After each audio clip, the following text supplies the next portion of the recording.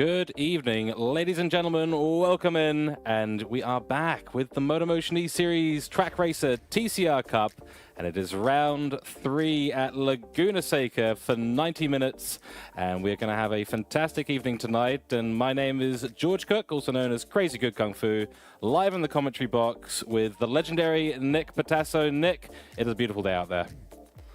It's such a glorious day here in California, ready for some action, ready for some TCR racing for our boys this evening. It's going to be very, very tricky for the boys tonight to be saving the front tyres, especially around this very heavily degraded track that is Laguna Seca. So we're going to have a lot of different strategies playing up the field.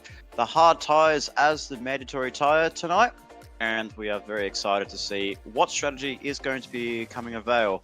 Whether the drivers will be using the hard tyre for the one lap only and then just run softs and mediums for the rest of the stint. But it is a long race, just as you mentioned. It's the first of the Enduros here for the Track Racer TCR Cup, and we're excited to bring you all the action live and free on the MotorMotion E-Series YouTube channel. But if you haven't already, do like and subscribe us. Follow us on Facebook, and as well as a little cheeky plug here, I'll go follow our good friend in Crazy Good Kung Fu on his Twitch channel, as the name suggests itself, Crazy Good Kung Fu on Twitch. That's too nice of you. Yeah, absolutely. Definitely like and subscribe, and get yourselves with all the notification bells ticked, all that sort of good stuff. And 3.5 kilometers-ish. I think actually 3.6, correct me if I'm wrong, kilometers this track in the desert, essentially. Although you do see a little bit of green out the back there out from our commentary box. But of course it is the USA, and Track Racer TCR Cup has finally made it out this way. So last week we were at Brands Hatch, and that was good fun. That was a really nice little race that was over in England. And but over here we've got sunny weather, a little bit of cloud on the horizon, but as you said, plenty of strategy going to be involved today. I am absolutely not jealous at all of these guys having to manage their front tires throughout this event, because it's going to be brutal, it's going to be tough, and yeah, we'll see what happens. We will jump over to some information for everyone before we get into the live stream, and just another quick note as well. Tonight we're just going to be broadcasting the Division 1 lobby. The Division 2 guys are also going to be racing, and they have raced. We'll bring you all the information about the results and such for Division 2 as well, but the focus for tonight is going to be on Division 1. Nick, should we jump over to some slides, shall we? Absolutely. Let's wait. Let's see what we've got coming up here, George, as we're about to bring you round 3 very shortly. But before we get into all the action here for round 3, let's have a look at the team's titles. So me, Cougar, with Andrew Scott, Ando787, and Matthew Hill from Me, Cougar Development. Both sporting the nice livery that they've got in. There's a development team that Andrew Scott has created, and he brought that team in just as a little bit of a development, bit of more of a privateer kind of side of things, as he was also part of WTC racing in the Surefire Supercars, and as well as racing for Gridline Racing in the Player One GT3 Championship. So he started his own team. And I guess in a way, it's perfection at the moment. He's taken 2 on the trot. Can he go for a hat-trick of victories tonight here in Division 1? And as well, we've got to keep our eyes on Matt Hill, as they both took a clean sweep of victories at Brands Hatch last time out. Diffusion Racing not too far behind, with Samson getting himself a really good top 5 positioning in Division 1, as with Cooke getting on the podium yet again. Then in 3rd place, we have Road Sick Racing, closely followed behind by CP Motorsports, and then in 5th place, down the order a bit after what was a bit of a struggle at Brands Hatch, it is Trackstars Racing, followed by Bundaberg Red Racing, which has only been piloted by Mitchell Collin, who's been a sole driver, getting Bundaberg Racing up the field, and then Robo Sport right behind on 81 points with Ward and Parker. But we've got some late developments in Division 2 that Sean Parker's not actually racing with us tonight. He's actually being replaced or substituted in by Nick Pearce, who races for Strike Race Tech in the Player One GT3 Championship. Yeah, nice to see Nick back on the grid. Then in 8th spot, we've got Mad Turtle Racing with Richard Foster and Hamilton on 68 points. The New South Wales team looking to improve their results, get up into that top 7, followed by Juiced Motorsport. That's got Matthew Joinson and Middleness in it at 59 points at the moment, followed very closely by Ned Racing. Ned Racing, who are doing very well in the other GD3 Championship, not quite doing as well as they'd like to here, the Queensland-based team. And they've got, I'm struggling to read that. Issa DeWays and Karma Foster in the team on 58 points. Then in 11th spot it is Strike Race Tech with Shane Attard and Troy Britnell. Troy Britnell also, unfortunately, unable to take part in this, so they're going to be taking Griffo Tony as a reserve driver this time round. Then ICE Esports with the South Australian team, Kevin Cooper and Jason Bruin on 44 points. And last but not least, the 13th team here, Extreme Motorsports, our second Kiwi team in the TCR Cup. That's Kane Patton and Hasseline on 41 points. So it's all shaping up quite interestingly. I'm super interested to see where we're going to land after this. Obviously, Mikuga, they're out to a bit of a lead at the moment, 36 points, I believe. And then second to 5th place is really close, Nick. Yeah, absolutely. All it takes is one little slip from one of those drivers and the points can swing either way. It can help you or it could disadvantage you. But so far with Mikuga leading the way, especially after what was a dominant display at Brands Hatch, I have a feeling that they are coming in with full of confidence tonight, and especially in the helms of Car 787 and Andrew Scott. I'm sure he's got himself a strategy lined up for tonight's race.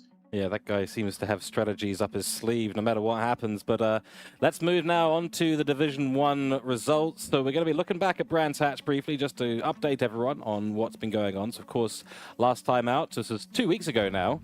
It seems longer sometimes, but it's been a couple of weeks. Round 2, we had 29 laps with the mandatory soft tire at Brands Hatch. Andrew Scott taking out the top spot there for Mikuga Driver Development, followed by Dean Van der Zandt for CP Motorsports. We had Lancel for Trackstars Racing, followed by Mackenzie for Road Sick Racing. So all finishing reasonably close from what I remember. Then in 5th place, we had Aidan Sampson for Diffusion Race Engineering. Then we got Ian Ward for Robo Sport Racing. 7th spot went to Cooper for ICE Esports. And then Nax for Ned Racing in 8th spot. Absolutely. So we had some very good close racing there, and then rounding up the rest of the field, we had Ardard from Strike Race Tech sitting in 9th place, and then Patton getting his first top 10 in the TCR Cup, sponsored by Track Racer, in 10th place.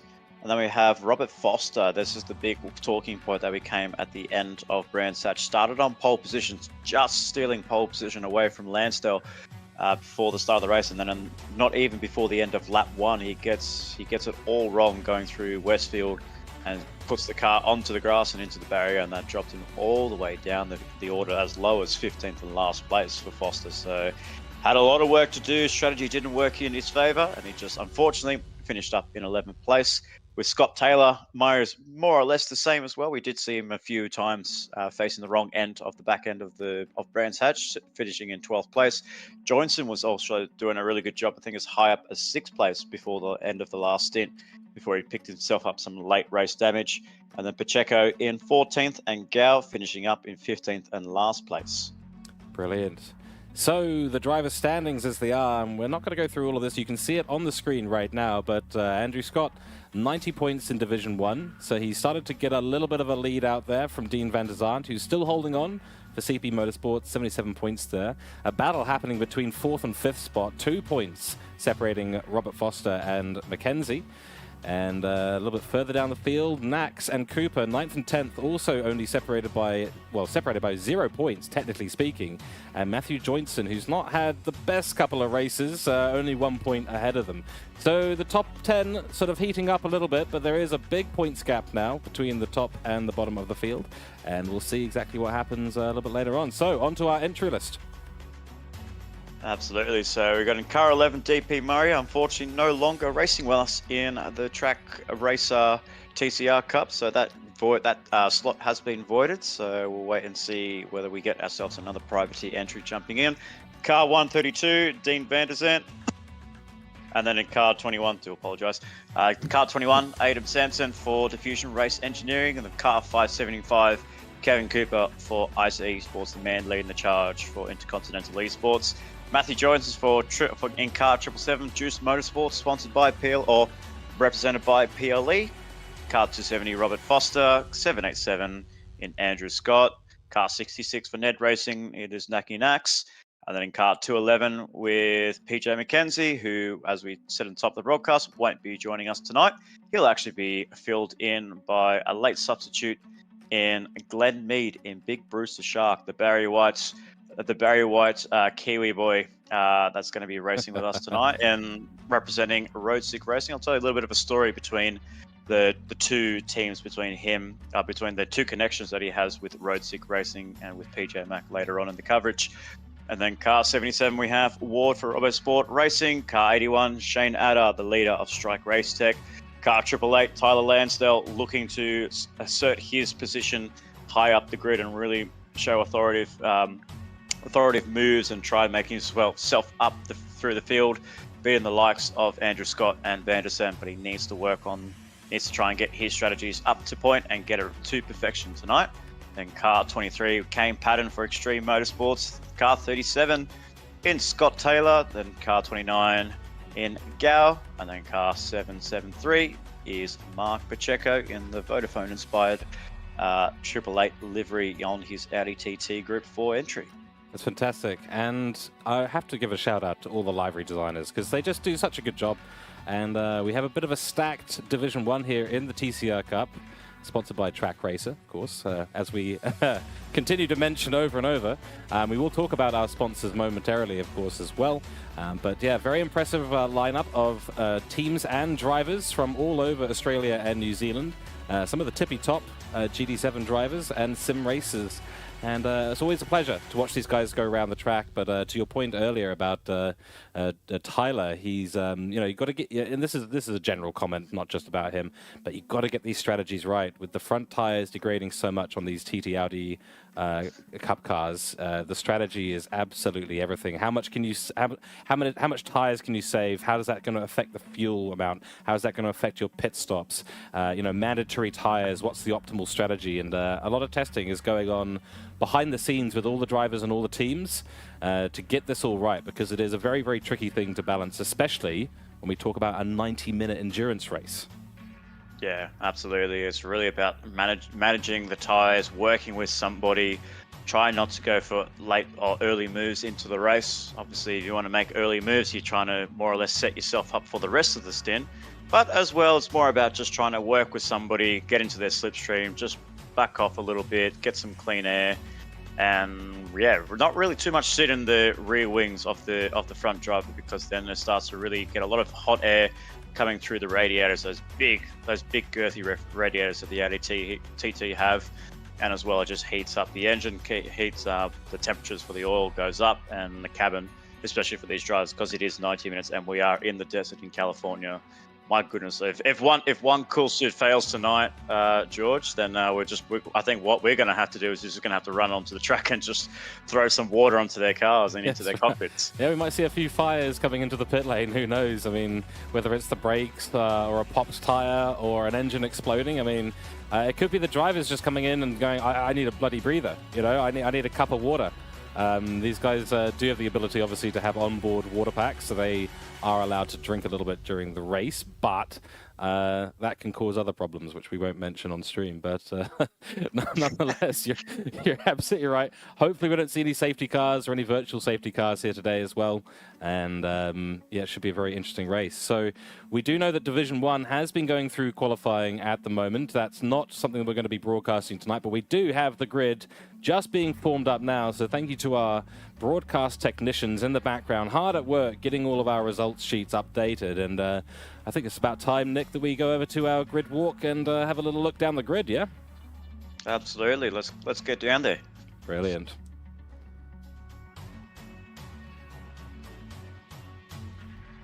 So at the end of qualifying of our 15-minute session qualifying, we have Robert Foster yet again getting himself another pole position here in the TCR Cup Championship. So it's a big congratulations to the man from Mad Turtle Racing, getting himself yet another pole position. I believe that's his second pole position, 2 in a row, as the first one I believe was by Van der Zandt, who's now sitting right behind in second place. So it's our usual top 4 that we've seen so far in the first opening rounds. We have Foster, Van der Zandt, Scott, and Lansdale in the top 4.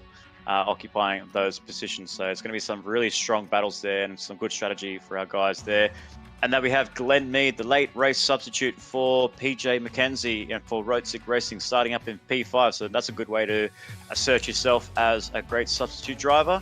And then in 6th place, we have Ian Ward for RoboSport Racing. Shane Addard, a nice qualifying position for him to be up in P7. And then with Matthew Joinson for Juiced Motorsports by PLE inside the top 8. In 9th place, we've got our first privateer in Scott Taylor, the series organizer of the Trak Racers TCR Cup, sitting in 9th place. And then we have Mark Pacheco rounding himself inside the top 10. Samson, a little bit of a disappointment in the qualifying there. From what I heard, he couldn't really string in a very good lap there. Kept making too many mistakes going into the kink before on the Rahal straight before the corkscrew. So he made a few mistakes over there, just running the car a little bit too wide, too aggressive. And unfortunately finishing outside the top 10 in 11th place. And then Kevin Cooper in 12th for ICE Esports. And then... Yep, please continue, Nick. I do apologise. And apparently we do have another Kevin Cooper, but I'm not so sure if that might be a little bit of a typo. That could be... we'll have to wait and see what the go is. So I will double check that now. Yeah, it's all good, but as we go through the rest of the grid, and as we do get a few little technicalities, we've got Gal finishing up in 14th place, and then unfortunately we were meant to have Nick Pearce, but with a late substitute in the Division 2 lobby, he was actually called in to drive into Division 2. So Nick Pearce won't be taking part in Division 1, and yet he'll be driving the car 83 of RoboSport Racing in Division 2. Spot on. All right, so I do hear that the cars have been wheeled onto the grid. The mechanics are returning to the pit lane at the moment, so we are basically ready to get going here with our round 3, 90 minutes at Laguna Seca for the TCR Cup, sponsored by Trak Racer. And before we continue, just as the last little bits of setup are being done, remember that our series sponsor today is Trak Racer, and since 2008, Trak Racer have been designing and pioneering the best value high-end gaming platforms and accessories. They make some excellent quality materials, and they really do have great insight into what it takes to be a great sim racer with some great sim racing gear. Of course, they are available all around the world, but also in Australia and New Zealand, and everything is highly compatible with all consoles and PC-based platforms. So if you're interested at all in getting some good sim gear, check out Trak Racer. They are proudly sponsoring the MotorMotion E-Series TCR Cup. And Nick, we are ready to go. So I'm going to take us on to the starting grid now. Get ready to go, because I think my timing might be slightly off here. So let's see how we go. But we wish all the competitors the best of luck, and let's see how they go. So the reds are rising for the Audi TT's one make championship in the Trak Racer TCR Cup. It is 5 lights and we are underway. We've got Foster leading the pack very nicely there. A good start for him, as we have the drivers behind in Van der Zandt in second place, and then Lansdale tucking in right behind there. It's going to be a congester coming through at Andretti. Oh, as Ward is coming through a late charge, a late move into turn 1 through Andretti hairpin for the first time. He moves up from 5th to 3rd place, so that's a very ambitious move there by Ward. But he's done himself a very good job to get himself up into the podium positioning. We have Scott, who's dropped down to 5th place, and then we have Addard, who's actually made a place in 6th place, and then we have Mead, who's actually dropped down a couple of positions from 5th place. So the pack is settling a little bit, but we still have a familiar name leading the way, and hopefully, fingers crossed, with no commentator's curse, Robert Foster can lead the pack on the opening lap. It's all going to be about strategy here today, and you're right, a few people missing out there. That was a huge send by Ward into turn 1, but that is kind of the place to do it here at Laguna Seca, I have to admit. I've done my fair share of dives there on this track, and impressive little start here from Britnell in the 55 car, and there's Mead Great livery from there. Kind is cool. We do support that message very much here on the MotorMotion E-Series channel. Followed closely by GLR Scotty behind him in 8th place. So not a bad start for those two. Scotty will be looking to keep his car facing the right direction for the full 90 minutes if he can possibly manage it. Brands Hatch was not a completely ideal race for him at the end of the day. And looking a little further down the road, we've got Aiden Sampson there for Diffusion Race Engineering in the 21 car, followed by Pacheco. And then we've got Peyton as well. So has he missed out a little bit? I think he might have. I think he was sitting just outside the top 10, so I feel like he's made up a couple of positions there. But what I did notice there, as we were talking through the grid, we did see Andrew Scott actually come into the pit lane. So he was one of the only drivers so far, from what I saw down the grid. He started on the hard tyre and actually came in at the end of the first lap. So Andrew Scott has come through, put on a fresh set of soft tyres. That's his compulsory stint done. So this is going to open up a whole world of strategy for Scott to be able to get himself sorted. He's going to have clean air, especially with the track with a day like this, very hot. The sun is blazing, the temperatures are rising, and there's pretty much no single drop of rain in the air. It's going to be very hard on the tyres, and it's going to be hard on the drivers mentally if you are sitting in behind the rear wing. Yeah, it goes wide there. Does Foster in the 270 car. That's opened up Tyler to get up into first spot, and purple, they both do go. That'll be more purple for Tyler, surely, for the Track Racers team. And look, Dean van der Zaan right on Foster's bumper there, as Foster also comes in. So we've got a second car going for the early pit stop. Just throw out those hard tires, get rid of them, get onto the soft tires. Interesting strategy there. I've got to be honest here. That is going to be quite interesting. The hards will go longer, but yeah, usually we see them used for a bit longer than 1 lap in an endurance situation.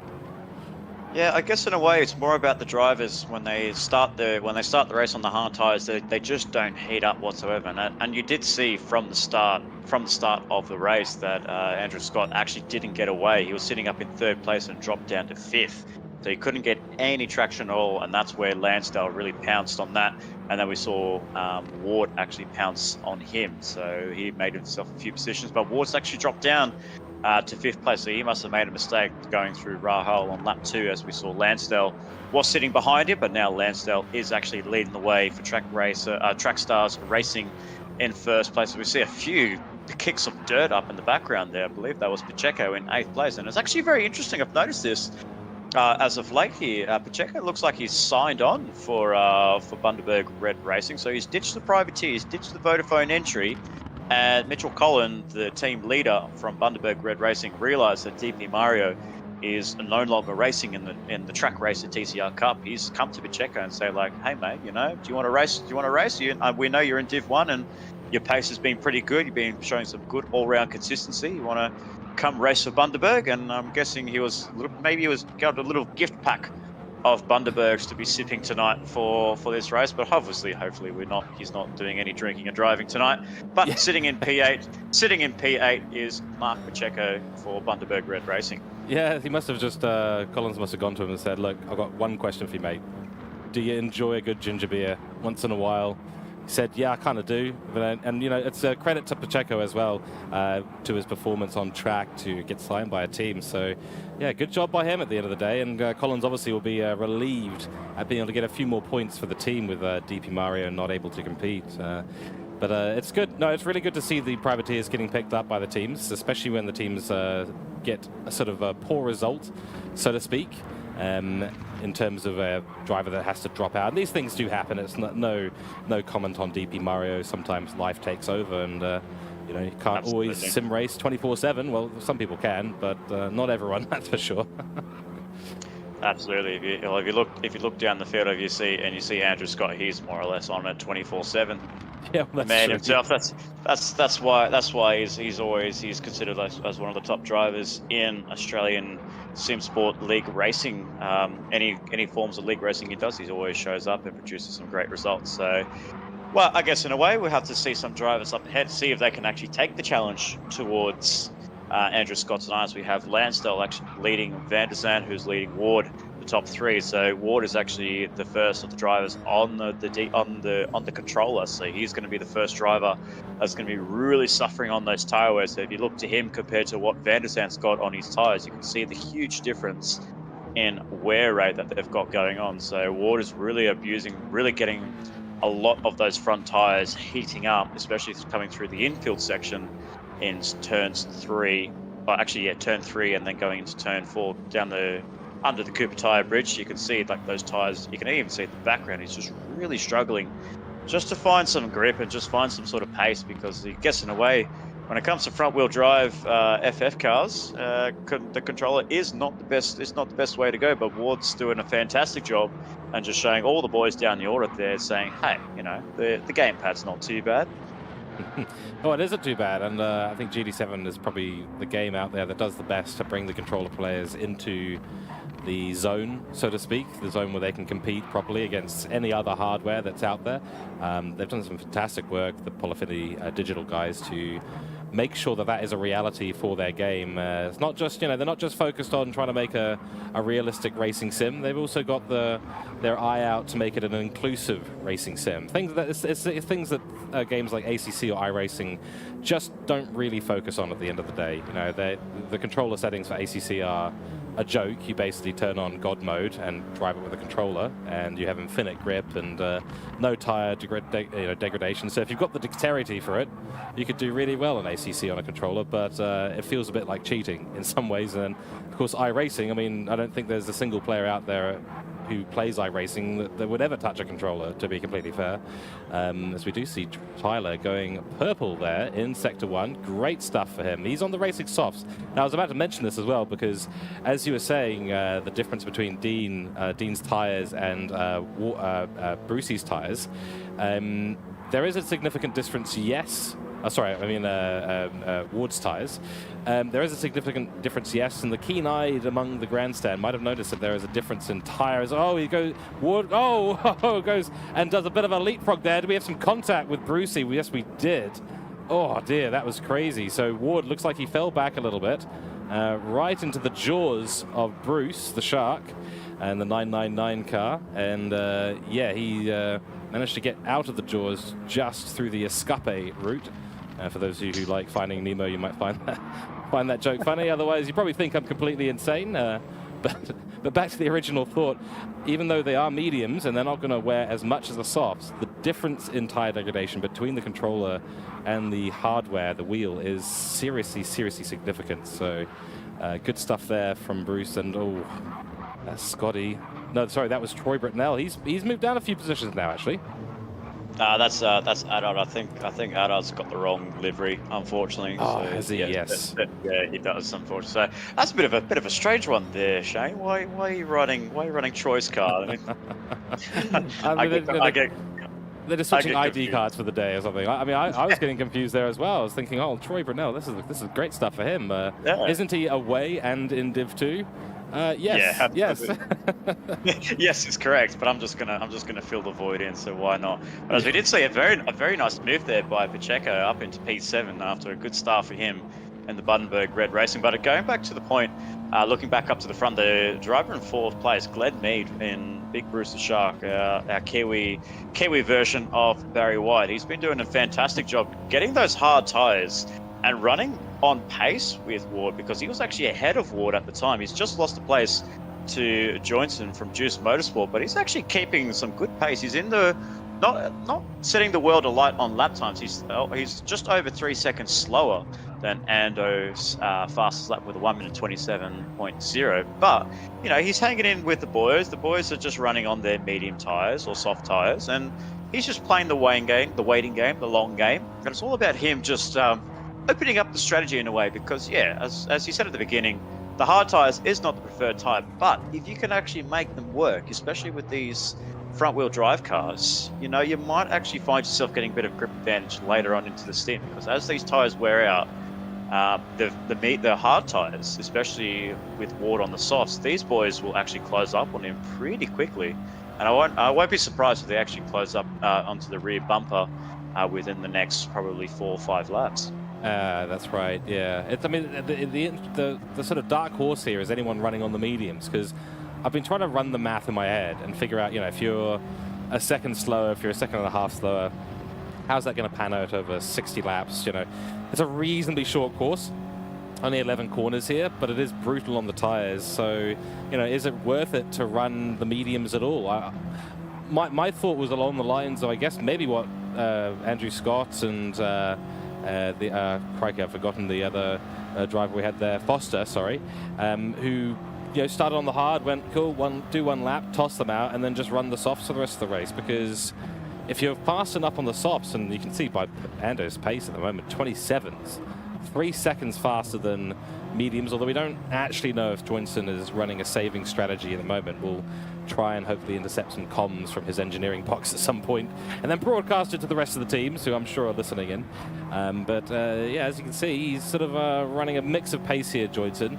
He's hitting the 130s, but he's done a 131.1, and also a 29.6. So that's on the medium tire, upwards of 2.5 to 3 seconds slower. And it almost doesn't make sense to run them because they're not a mandatory tire. You don't have to run the mediums. So if they're slow, they're going to wear down, somewhere in between the hards and the softs. What is exactly the point in running a medium tire here? I guess in a way, it's more or less, it just opens up I guess in a way, if you run the medium tires compared to the softs, you're going to be seeing the driver actually going those few extra laps, that because he's got himself the gap that he has over Andrew Scott. And you also have to take note, Scott didn't actually put any fuel in when he came in. He only just swapped tires out to the softs. And if we look where Scott is, I believe he's coming through to Andretti corner and Andretti hairpin on lap 9 of 60. But if you see where he is compared to, for example, I think IMAT is on the medium tires and Joinson, who are also on the medium tires. Actually, no, he's in P8, so we've actually seen a few drivers go down the order there. So Anders actually caught up very nicely. And we can see Joinson coming through coming into turn 10 right now, and Ando is actually caught up into the corkscrew.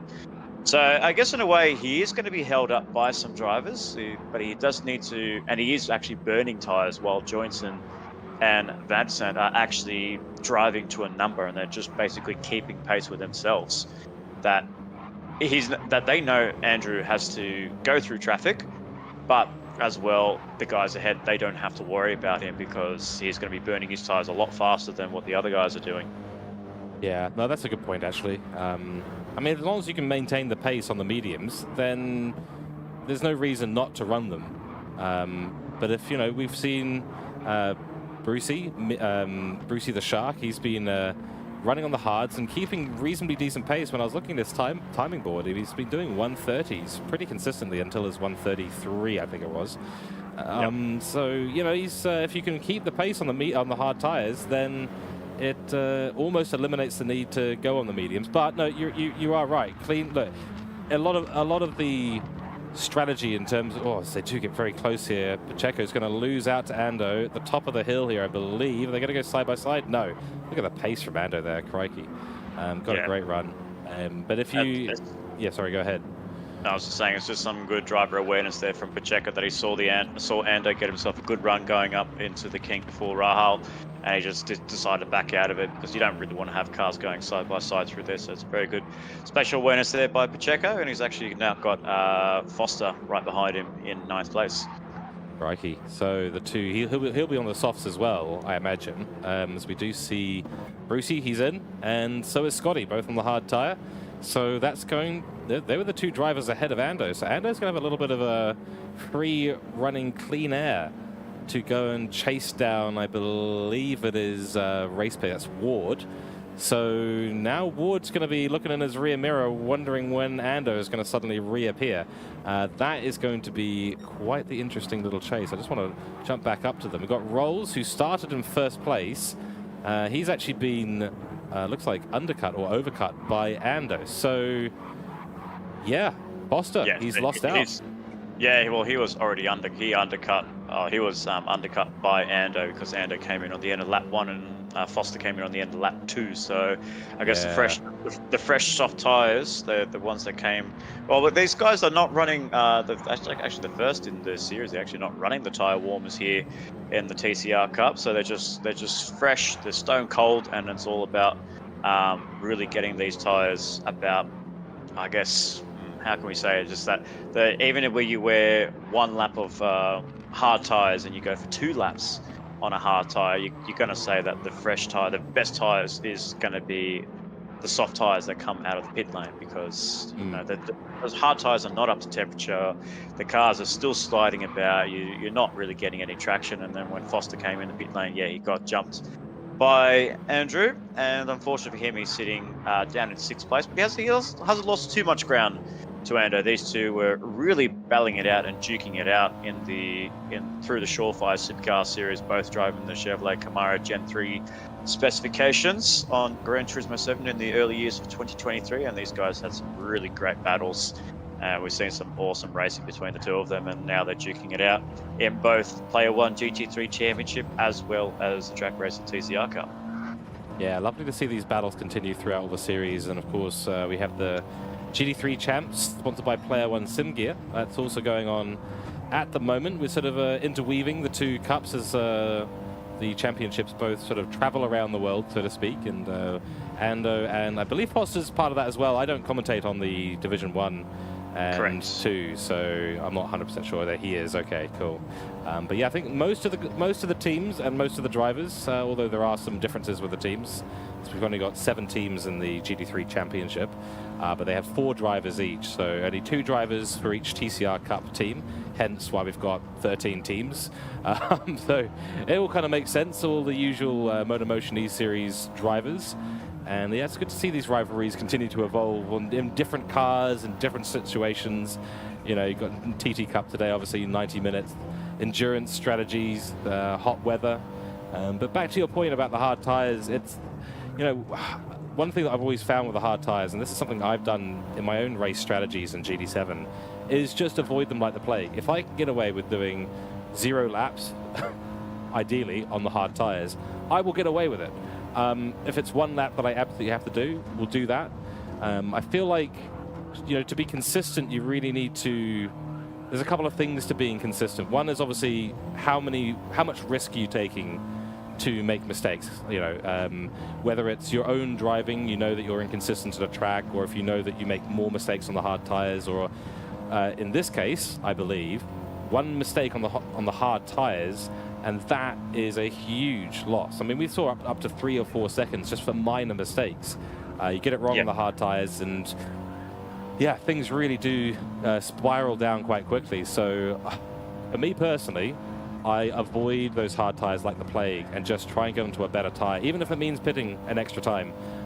Yeah, exactly right. Yeah. I definitely think so. As we're talking, we're actually seeing a few glimpses of the entry in 4th place in Matthew Joynson. So Joynson won the medium tyres and Andrew Scott on those racing soft tyres, but they're also catching up Ward. So this is going to be a very close battle between the boys here for 3rd place. Scott and Foster have already completed their pit stop. Johnson's going to go for a move into turn 11. He's sending the car on through the inside on his medium tyres. Makes the move. Scott is going to try and follow him through. He can't make it done, unfortunately. So Ward's going to have to tuck back into the slipstream of Joynson, and Scott's going to be right in the slipstream of Ward. So will Ward go defensive on Scott, as he was the first to make the big moves into turn 1 on the opening lap, and he's going to take 2 for 1, and Ando's actually taken out and swiped out Joynson. He's actually done the right thing, pulled back and started to readdress that. So very nice sportsmanship there by Ando.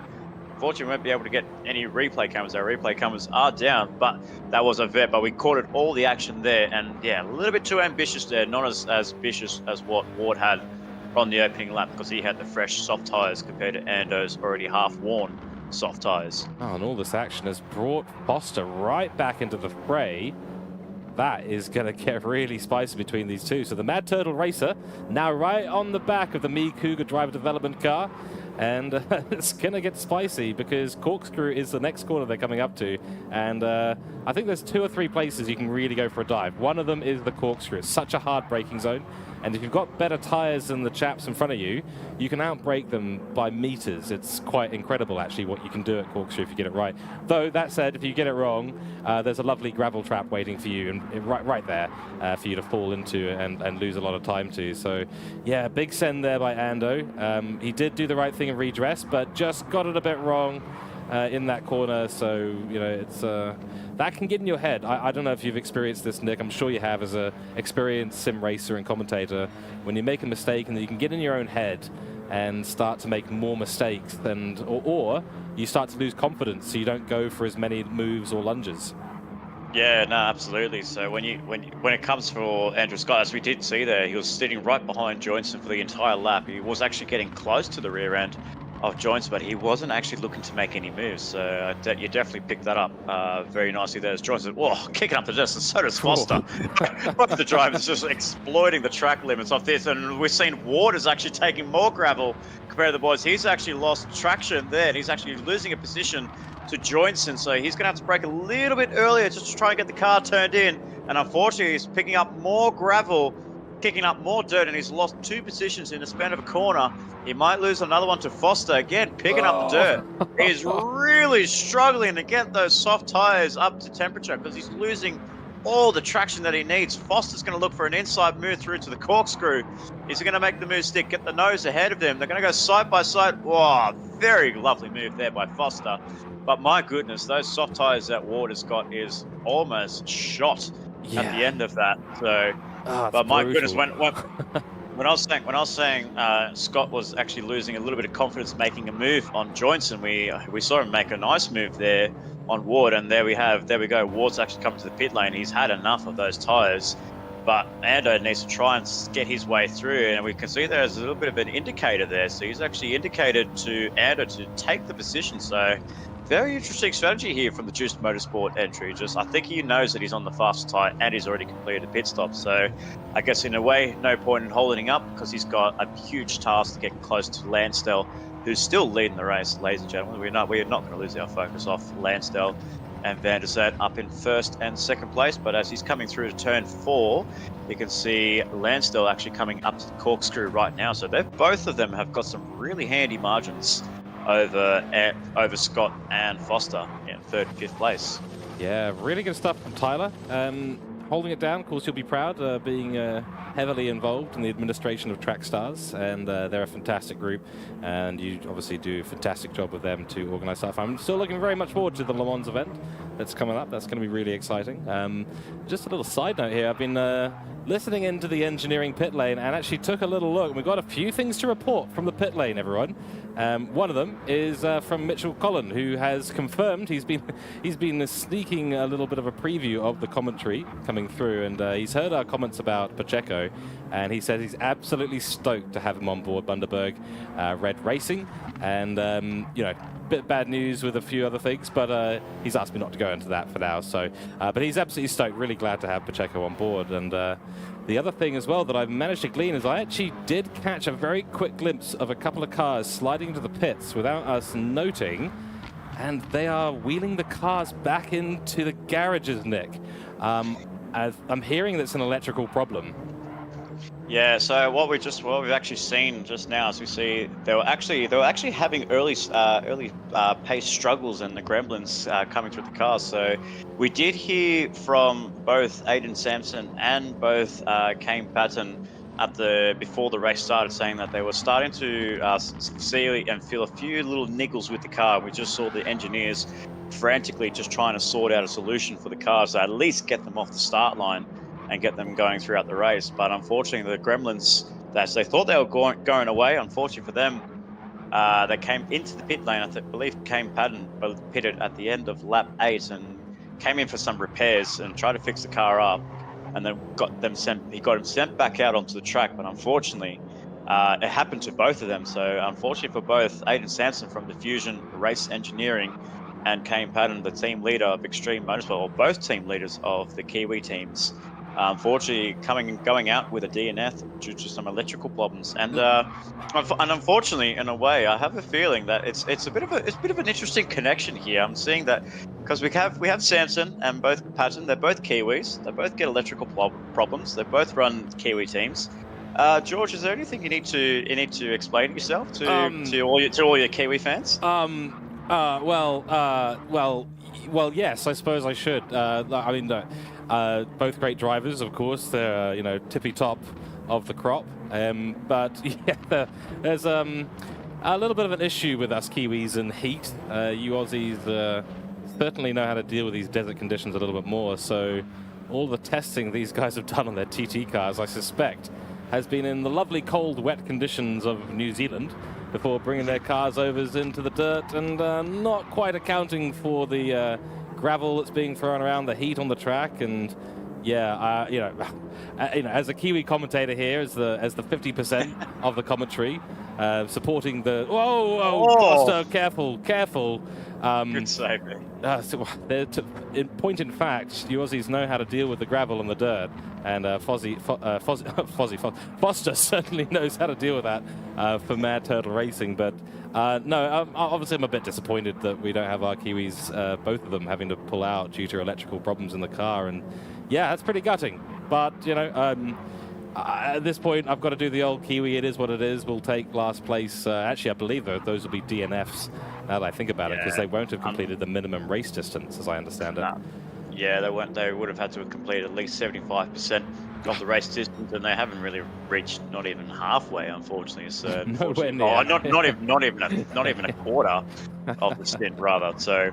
But dear. we will say I will give you a bit of saving grace here. At least we have Glenn Mead in P7, Big Brucey the Shark. Is running as well. He's the sole Kiwi entry now that's come in that is on the track running. But I don't want to rub it in, but he is running an Aussie. He is running under an Aussie-based Audi TT. So obviously that car is very reliable.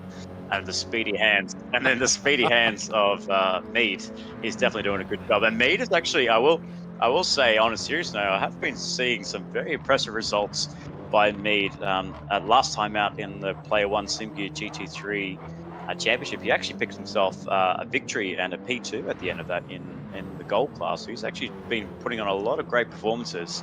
And Roadsick Racing have come to him and say, like, is there any chance that you can drive for your good mate in PJ McKenzie and just run a race around Laguna? And he said, sure, why not? He was still hanging around in America, and he went from New York straight to California and basically just got himself a drive there for Roadsick, and he's doing a great job sitting up in P7. Proper, yeah. No, I mean, for me, he's kind of like a Scott Van Gisberg or something. He's a Kiwi export. That's the one thing we are known for is exporting good talent to countries that don't appreciate it. I'm kidding to everyone out there, but no, nonetheless, he's been doing fantastic, especially in gold class, because that is a stacked lobby over there in the GT3 Championship. So good on him. Another great Kiwi export going and doing good things, and yeah, if he gets himself signed up with a good team, that's really, really fantastic overall. And yeah, I think hats off to Mead so far. He's run a good race. He's on the racing softs at the moment. So, and actually just thinking back to some of the race strategy, we've seen the soft tires last, my guess, something like 17 or 18 laps in the hands of particularly skilled tire whisperers. So 17-ish laps, maybe 18 or so. That's a third race distance. So are we looking at maybe some 3 stoppers only for this 90-minute race? I think we might be, actually. Well, you have to also remember drivers do have to come in, and there are some drivers that do need to come in and put on their hard tires, especially both Lansdell and Van der Sande in first and second. But as we go, let's go back up to the top and see where their progress is, because unfortunately we haven't been able to see too much of Lansdell and Van der Sande. So Van der Sande's closing up.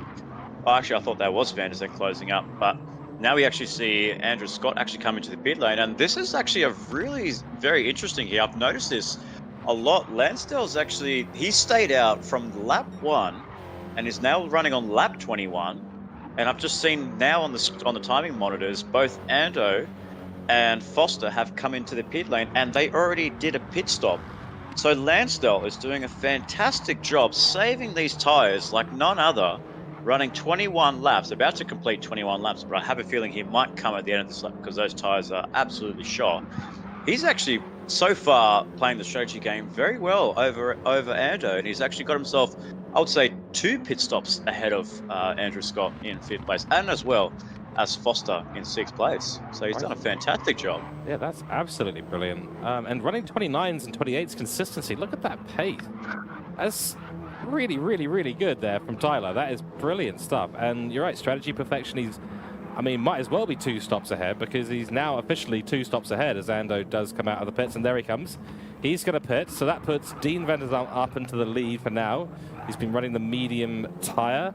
He's still got plenty of fuel on board. And we know that Dean does love to look at his strategy with a fairly objective lens.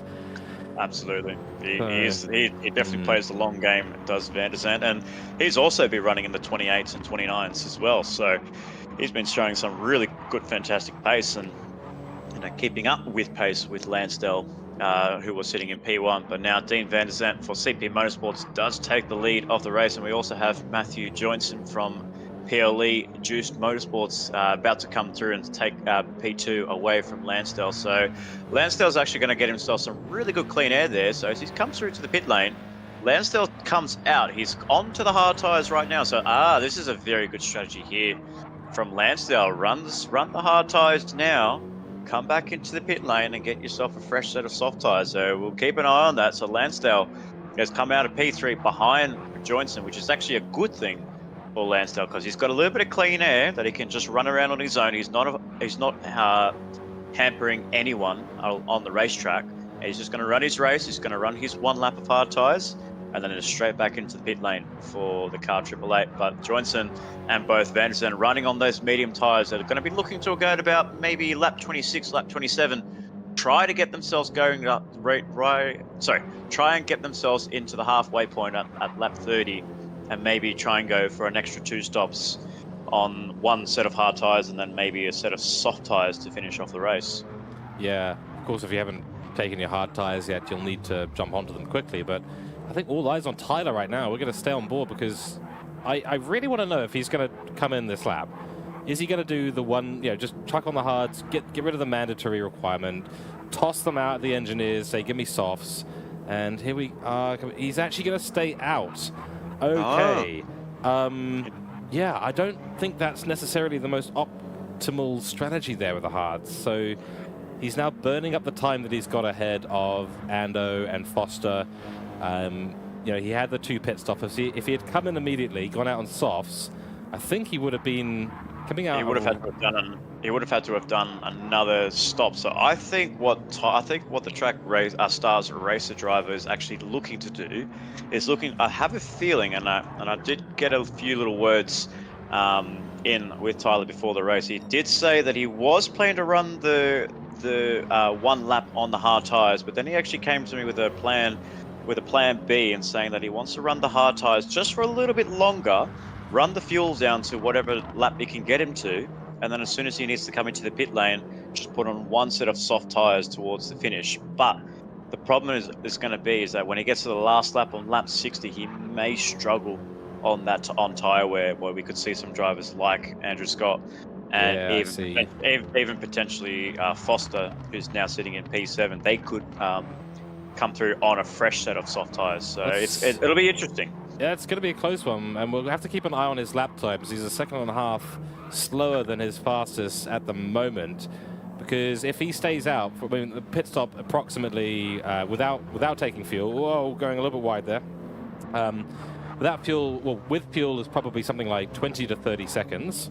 Correct me if I'm wrong, but I think it's about that. Without fuel, probably 20 seconds or thereabouts. So you might have only gained, 10 to 20 seconds maximum by not taking fuel.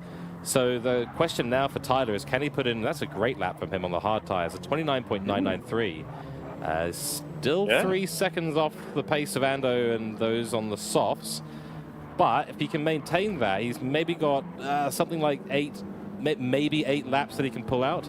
So that'll take him past half race distance, but that's not going to allow him to extend that soft stint very, very long. Although, you know, as we said before, he was able to put on 22 laps, or 21 laps, I believe it was, on the soft. So, I don't know. I don't know. He might have to go a lot longer on the hards. And if he's not putting in low 29s or 28s on the hard tires, he might find that he just gets overtaken by Ando based on him taking a pit stop. So -1 pit stop, but still behind on track. And have a look where Ando is. He's sitting in P4, but look at all the clear air that he's got between him and Lansdale. That is a huge gobble of fresh air. Set fresh tires. He's setting himself 2 laps in a row with 1 minute 27s. And we saw with Lansdale's, he was setting 1 minute 29.8. So all that fresh air that's going into the radiator of the Mick Cougars development Audi TT Group 4 is doing wonders for him. He's only 2/10ths down on his fastest lap, but it's going to be another 27. And as we now see the clock tick over, is we can see down in 7th place, Robert Foster's actually set the fastest lap with a 1 minute 26.7 flat. That's a fantastic lap there by Foster, who was the man that was on pole position. And yet again, it just shows that pace through for pole position. And unfortunately for him, his strategies and is not really working to his favor at the moment. He's currently down in P7. Yeah, it's all a bit of a battle pack between these guys. I know there's a bit of a gap between them all, but you know, an endurance race, you can call a battle pack any series of cars that are separated by somewhere between 0 and 5 seconds or so. That's a battle pack in endurance racing. So we will keep an eye on these guys. And we've got the first of the medium runners is now pitting. Okay, so the mediums have gone 25 laps. So what do we think? Do we think Dean here is going to be changing onto the hards for a long stint? And just a note on that, I am keeping an eye on the chat we've got coming from the grandstand from all of our viewers, and some of them are wondering around planned one stops with the long stint on the hard tires and how that would actually work out. And I don't know about your thoughts on this, Nick, but I don't think any long stint on the hard tires is a great idea. And when I say long stint, I probably mean half race distance or more. But with a 1 stop versus a 3 stop, you're saving maybe 60 seconds on track over the race. Absolutely, but you're saving time staying out on track, but you're also losing time to your competitors who could be on a softer compound. So it'll be very interesting because Lansdale is the one that we have to keep our eyes on. And now we see Van der Zandt actually come out of the pit lane on those hard tires. So again, another driver that's coming out on the hard tires, but we need to wait and see what his strategy is, because one thing to note as well, Lansdale on his hard tires, he didn't even put any fuel. He just took the tires off. I took the tires off for softs and just thrown on the mediums. So no fuel went into car 888. So I don't know whether that's a strategic call or whether it's a call for him just to really save fuel, get to about half race distance, and maybe, I don't know, whether you put on medium tires and just run to the end of the race, because I don't know if you can make a soft last 30 laps. I don't think anyone can make the soft last 30 laps. I think that's impossible. We will need to say that Matthew Joynton, who's currently sitting in P1 and just ahead of Lansdale, he's still on the medium tyres, so he's yet to make a pit stop. So he's doing a fantastic job putting the car in the right spots. Frustrating a little bit Lansdale on his hard tyres, but as he's coming through to turns 10 right now, Ando's coming right back behind him as well. So Ando's coming up towards the pointy end of turn 9. Through turn 10, we can see Van der Zandt right there in the CP Motorsports car 132, and he's on those hard tires as well. So he goes out for another lap as well. So this is very interesting here, George. We're seeing a lot of drivers running long on the hards. I'm just trying to think why. Yeah, I mean, I can understand why Tyler has decided to go and keep low fuel and go hard tires. I mean, you can make the hard tires have medium pace if you have a low fuel tank, right? But if you're at half a tank or more and running the hards and trying to go long, I mean, especially if you're short shifting, I'm trying to keep an eye on the revs that Dean is putting into the car. It does look like he's revving out the car, but not significantly. Although, of course, revving. I don't think the TTs actually like to be revved out completely. The power band is about 90% or so, 95% from what I understand. But you're right. I agree. I have the same question. Why would you run the hards for much more than, I mean, even 10 laps seems not to cast any insults here, but a little bit nuts to me.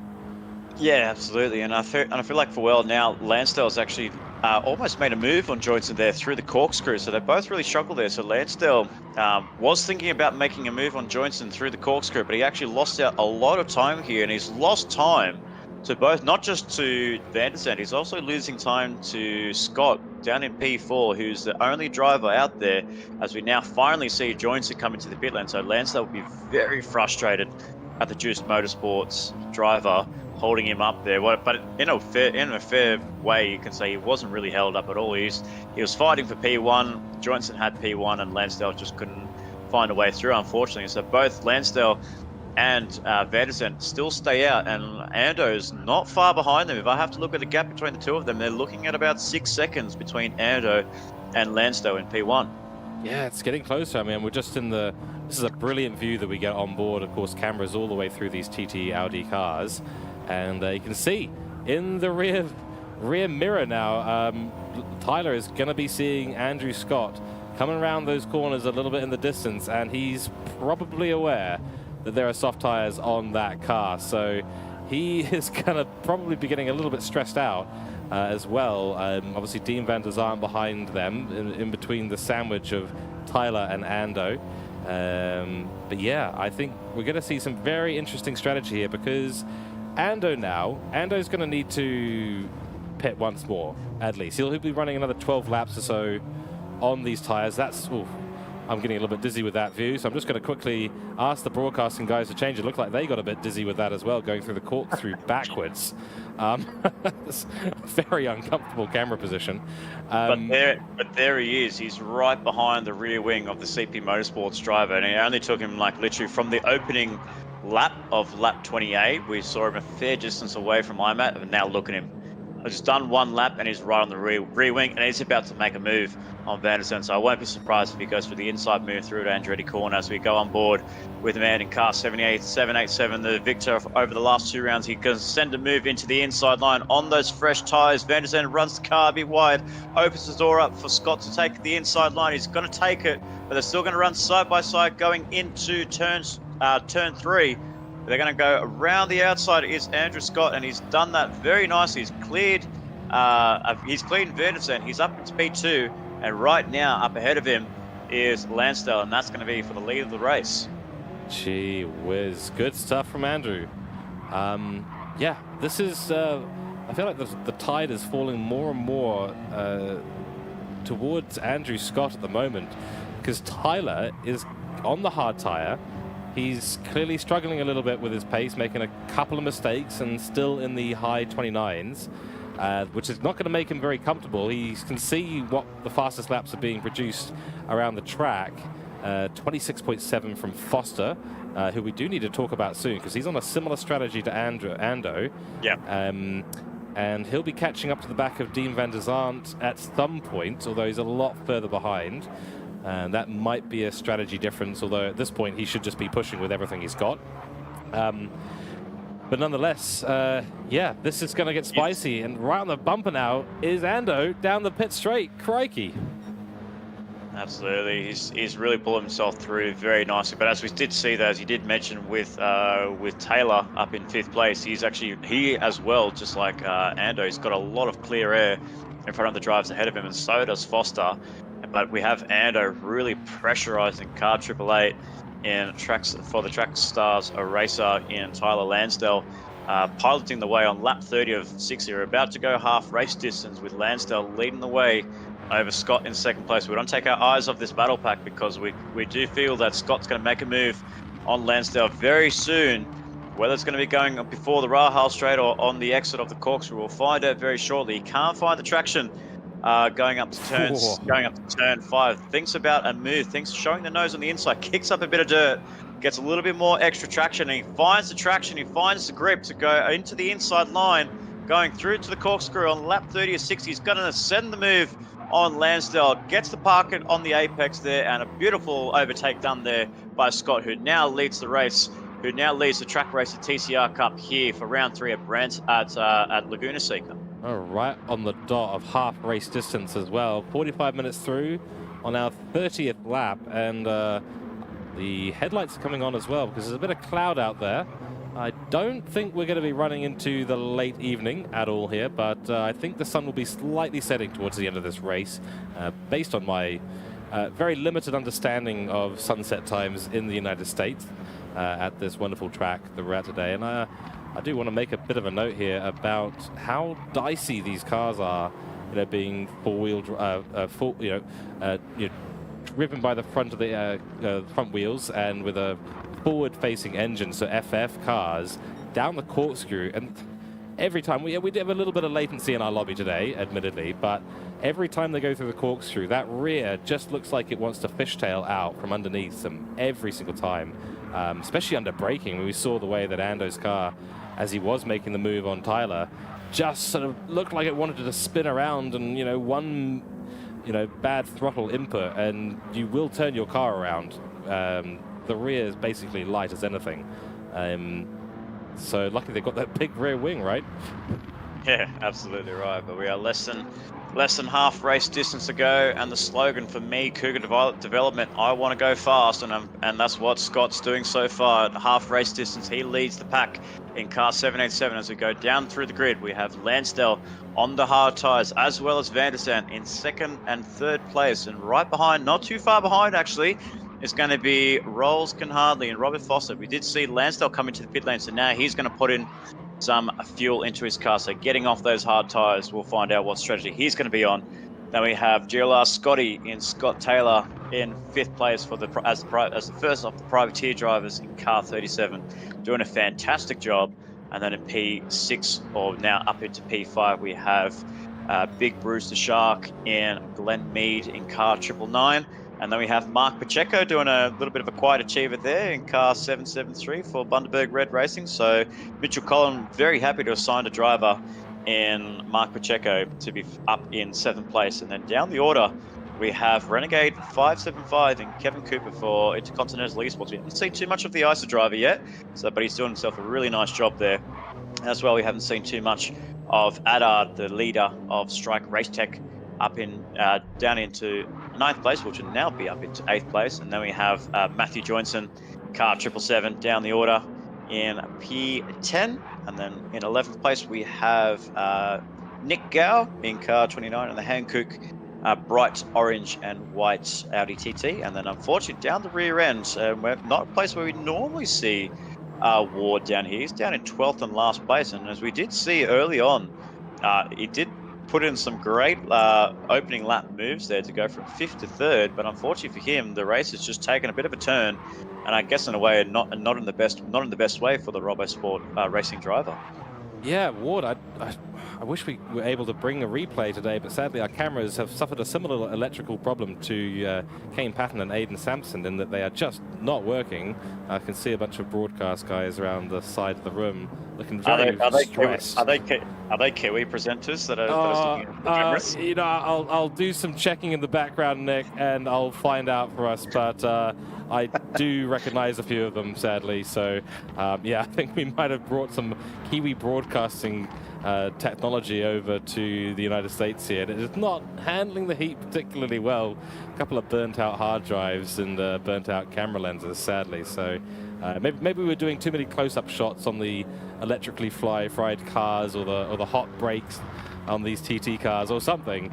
I'm trying to find an excuse to say that it's not Kiwi technology that's failing us today, but yeah, what can I say? Absolutely. I'll be now it's starting to get a little bit overcast now. What really good save there through before Rahal going on Rahal straight. I'll be very interested to see if we get to see any glow on the brake disc, because it's starting to get overcast. It's starting to not really go into nighttime, but the sun I feel like has set here at Laguna Seca. So we'll keep an eye on if we see any drivers coming through with some glowing brake discs. Yeah. So what you're saying, Nick, is that all the replays are going to suddenly start working, and all the cars who might have been Kiwis will suddenly have started working again. Is this what we're saying? I mean, if there's any way that we can bring Samson and Patton back onto the track, then there's always hope. Yeah, well, I mean, I think both of us have probably done enough with electrics in our lives to know that once you've burnt out a circuit, they don't tend to repair themselves very easily, and we don't allow the teams to, you know, put a whole new engine or a whole new system of electronics back in the car. And you know, to be fair, any mechanic that could do that in what 40 minutes we've got left would be probably a bit of a Scotty from Star Trek, so to speak, a bit of a miracle worker. But yes, so Nick, I'm thinking here that, well, we do have, whoa, Nick, Gal, not you, but the 29 car there, sponsored by JV Hi-Fi, going for a bit of a journey out onto the gravel. Obviously a very familiar place for you desert-oriented Aussies. Doing very well to handle himself in that situation. It feels like home for us Aussie drivers racing around California. So the boys in it that are doing a great job are up at the front with Andrew Scott leading the way over Van der Sant and Robert Foster. As we do take a bit of a quick break, ladies and gentlemen, we will bring you all the action back here for round 3 of the Trak Racer TCR Cup for Division 1. We'll bring you back very shortly as we get our words in from MotorMotion E-Series.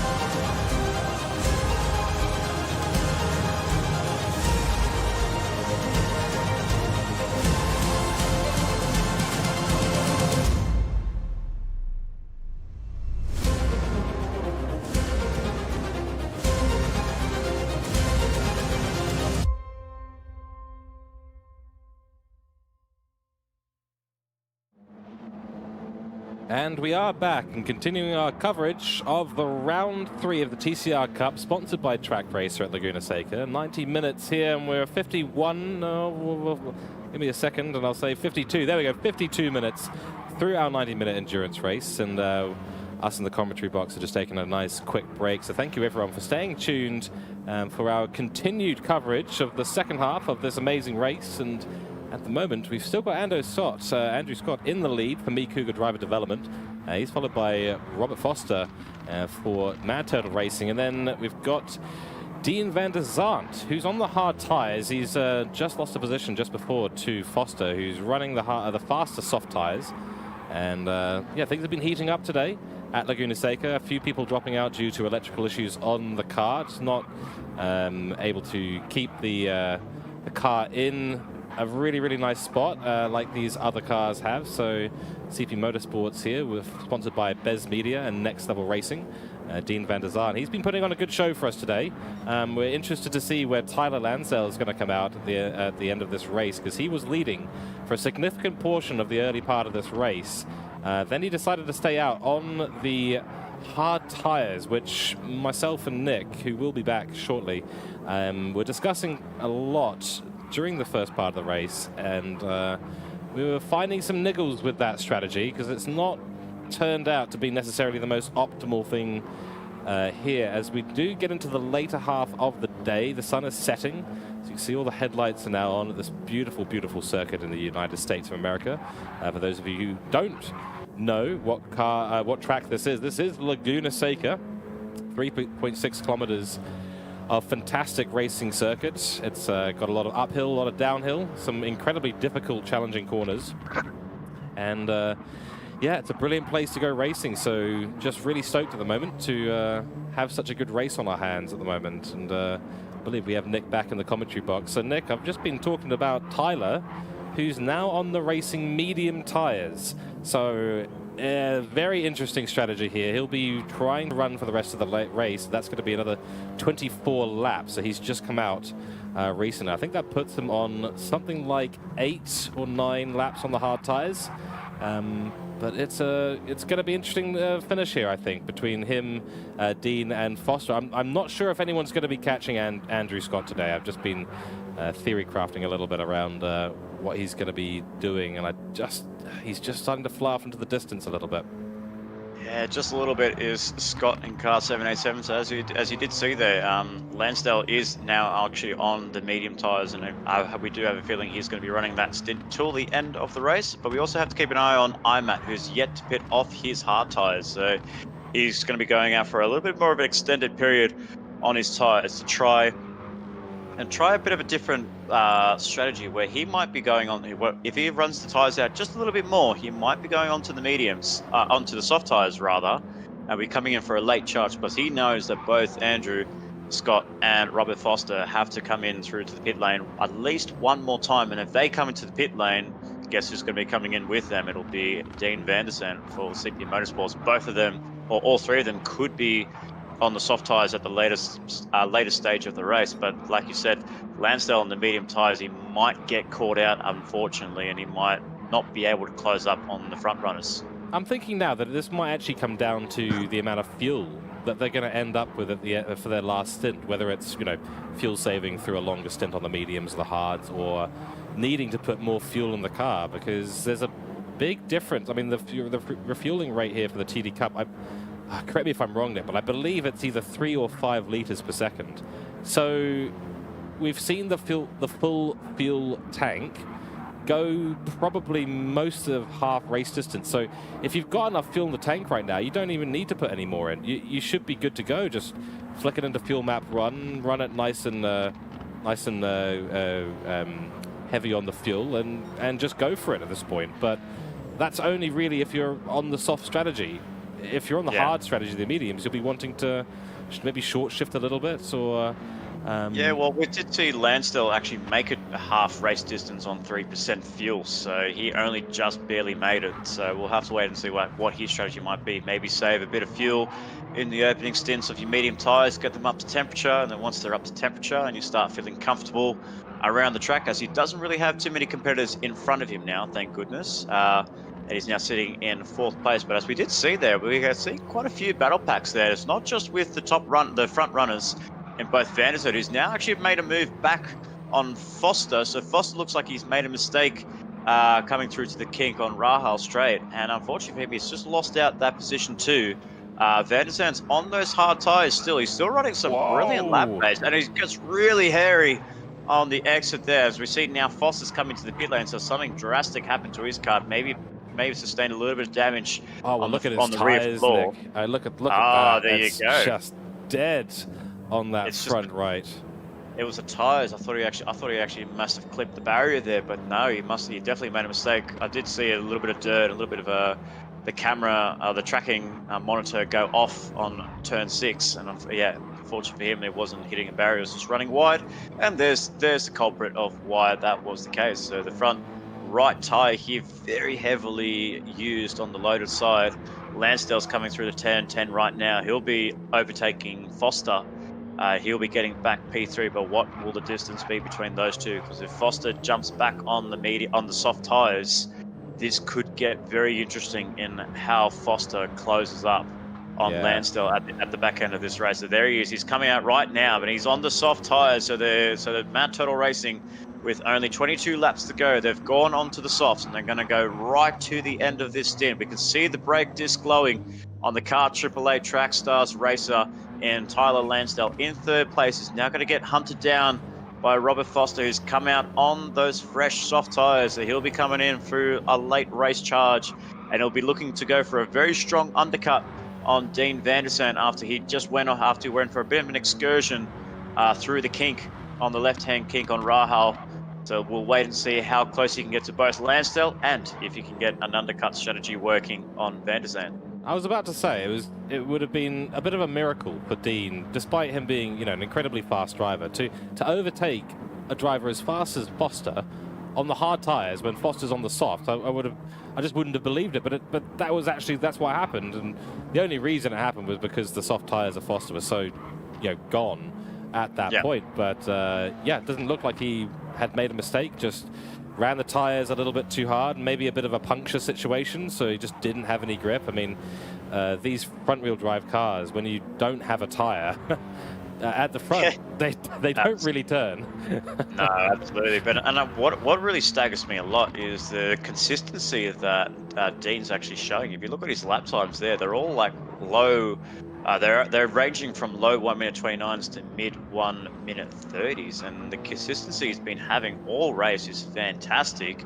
He's about to reach the end of his fuel tank. He might squeeze in one more lap, but I think for his case, for safety, with 20 laps to go, and seeing that Foster's coming to the pit lane on soft tyres, he might finally venture himself into the pit lane, as we do see the race leader, Andrew Scott, come into the pit lane on car 787 for me, Cooke driver development for the last time. With 20 laps to go, he looks like he's going to be running away with this, but we'll keep an eye on what our drivers do. Van der Zand will finally come into the pit lane, so he won't be staying out any longer than that. So a fantastic effort there by Van der Zand to run the second stint on a very long stint. But the main thing that stood out for me was the consistency that Van der Zand had on those hard tyres. We have to wait and see where this actually feeds out relative to both Lansdale and even Foster, who's now caught up to the rear wing of the Track Stars racing driver. Very impressive stuff, and I have to admit, Dean has just put on a masterclass here. Oh, right at the bumper is Foster on Tyler. Will there be a move up through turn 10? They go. That's a very dangerous place to be trying an overtake, but there is a bit of a position here that you could send it on turn 11. No, Foster decides against it, so some on-track action interrupting my train of thought there, but nonetheless, Dean Van der Zand, I think this is the genius of the strategy here, in my opinion. He's going to be... Oh, where is he going to come out? Oh, there he is. So he's actually going to be behind Foster and Tyler, it looks like. But hold on, this is going to get close, Nick. Yeah, you have to remember the inside line when it comes to the pit lane is shorter than the Andretti hairpin itself. So he's actually gained a little bit of time there. You'll lose out a few tenths coming into turn 3 because those tires are really starting to heat up. But this is going to be heating up a lot here, George. We've put ourselves in with about 19 laps to go. Lansdale battling it out for P2 is going to look to go defensive on Foster. Will Foster go for a move into turn 4? He doesn't. He's going to stick behind the Track Stars racing driver, car 888, with Robert Foster for Mad Turtle Racing in car 270, looking to make a move on Lansdale at some point at the end of this lap, because he's going to be keeping his eyes on not just in front of him, but he needs to keep his eyes on behind, because Van der Zand has got 2 laps fresh, softer tyres than Foster, and we know Foster's conditions in tyre savings, it's not really up to what Van der Zand's got. So Van der Zand is going to be 1, better on the tyres, and 2, he's got fresher tyres than Foster. Yeah, I feel for Tyler right now, because the Track Stars car is on the mediums at the moment, and he's got to do 2 very important, very difficult things that become exponentially more difficult when you've got a very fast, soft-running car behind you. One is keep these tires cool, which is very important for grip. So you see Foster, he's got the inside into turn 1, and the second is essentially is managing the grip level of the tire, so not scrubbing them too much through the corner. Unfortunately, it's all she wrote between Foster and Tyler at this stage. So unless Foster makes a large mistake in the next little while, see Gao there kicking up some dust. That's not ideal. So unless Foster makes some huge mistake here, he's going to start to fly away. But I'm just looking at the distance here between him and Ando. That's probably somewhere in the range of 20 to 30 seconds now. That is quite the lead that Ando got. Yeah, he's already through the corkscrew. He's down the hill now and about to go through turn 10, whereas we're just coming up to the top of the hill now with Foster. So Tyler really, I mean, he did a great job there, you know, holding off soft tires that are really fresh for that many laps. Very impressive. And right now we do see him about to get swallowed up, potentially by Dean Van der Zand, who'll be looking to take an opportunistic move here if he can, because he saw that Foster was held up for a couple of laps by Tyler. So he'll be thinking, okay, I need to get out in front of Lancel. He thinks about the dive, he goes for it. He's got the grip. Brilliant move. Absolutely, very well classed there. Move there. There's nothing that Lansdale can do. The only thing he can do is tuck into the rear wing and to the rear bumper of that CP Motorsports entry, go for the slipstream. He's going to run around the outside, but it's going to be no point for Lansdale. He's going to try to go late on the brakes there. I believe Van der Zandt went later on the brakes, but he's got the grip advantage and he's sealed P3 away from Lansdale. So Lansdale loses 2 positions in 2 laps from P2 to P4, and unfortunately for him, it's going to be a long road because look who's behind as well. Look who's come out of nowhere as well. Is a dark horse this evening here, George. GLR Scotty and Scott Taylor. Where has this man come from? He's up into P5. But the last time I remember seeing Scott Taylor was going sideways and spinning around at Brands Hatch, but he's come to play here at Laguna Seca, and he's looking to make his move and try to potentially make some moves on Lansdale.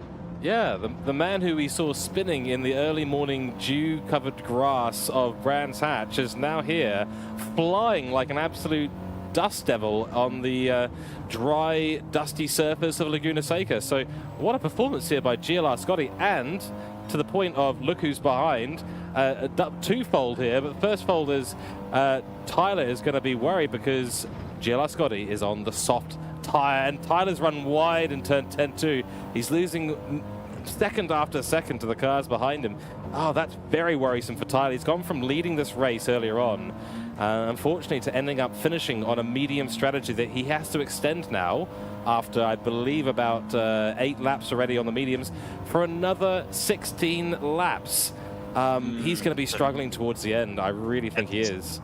It's going to be a very long time to actually be, 16 laps on those tires. And, you got guys behind him, they're really trying to push through. As we see Glenn Mead in car 999 for Road Sick Racing actually sitting in P6. He's also on the soft tires. He's not too far behind Scott Taylor in 5th place. So the 2 boys right behind, and the Privateer and Road Sick Racing will be looking to close up on Lansdale pretty soon. And these guys have the grip advantage over the next few laps, but it depends how long this grip will last for these drivers and whether the medium tyres will play back into the favour of Lansdale. He might be able to stretch that gap out towards the end of the race. That's very true, and with the cooling conditions on track, you will start to find that the softs don't have as much grip as they did earlier in the day, and that is exactly where bringing the mediums and the hard tyres back in starts. It's the fact that you will start to scrub the grip off of the tires.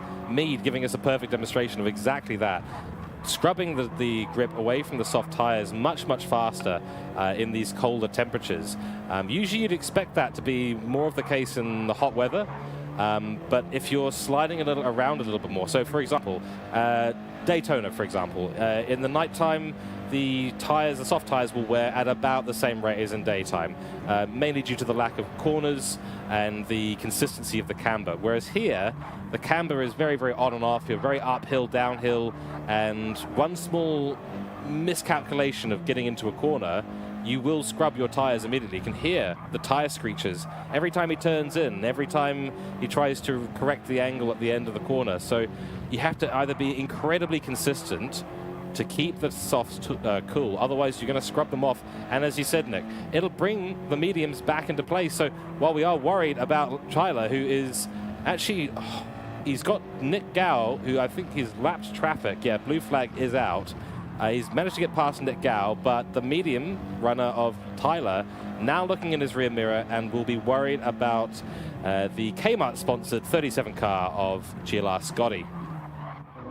Absolutely right. So we'll have to wait and see how much further up he can move into the grid. But actually, an interesting note that I've got here, right here in the commentary box here, George, is that with Glenn Mead actually racing for Road Sick Racing, actually substituting in for PJ McKenzie, who is actually sitting P4, actually P5 in the championship, as we see Nick Gow try to almost go more or less for a move on Lansdale, but just had to take avoiding actions there and just concedes that position and gives Scott Taylor that position so he can have a free run at Lansdale. But I was going to say that Glenn Mee was actually offered up by his own racing team that he races for in Mad Turtle Racing and on the weeknight series at Trailblazers Racing. He was actually offered up a seat to substitute in for Greg Hamilton in Division 2, and in the ways that he was interested in racing in substitute of Greg Hamilton, he actually snubbed them and said, no, I want to race in Division 1.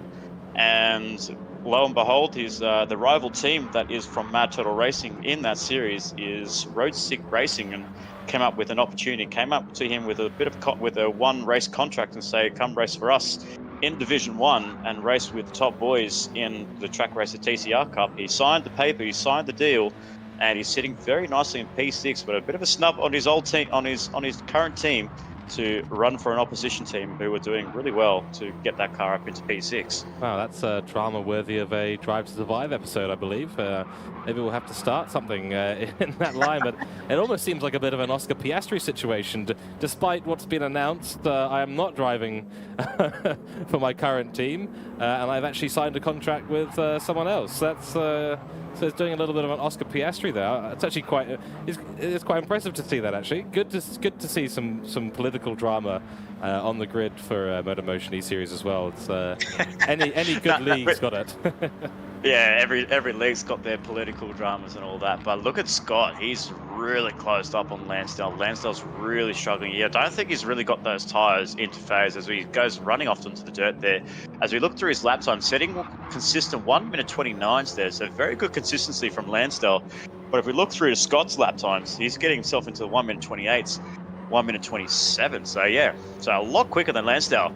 That's great. And he's actually got and he's got himself a good run. Lansdale's actually gone defensive, so that's the first time we've seen Lansdale go defensive on Taylor in car 37. So he's a little bit worried there, and he's going to go defensive yet again. Scott's going to stick the nose in, and they're almost going to go side by side into the left-hand kink, going onto Rahal straight and before the corkscrew. Scott runs a little bit wide there. Gal looks like he might make an opportunistic move there, but I wouldn't suggest that for a blue flag racer, unfortunately.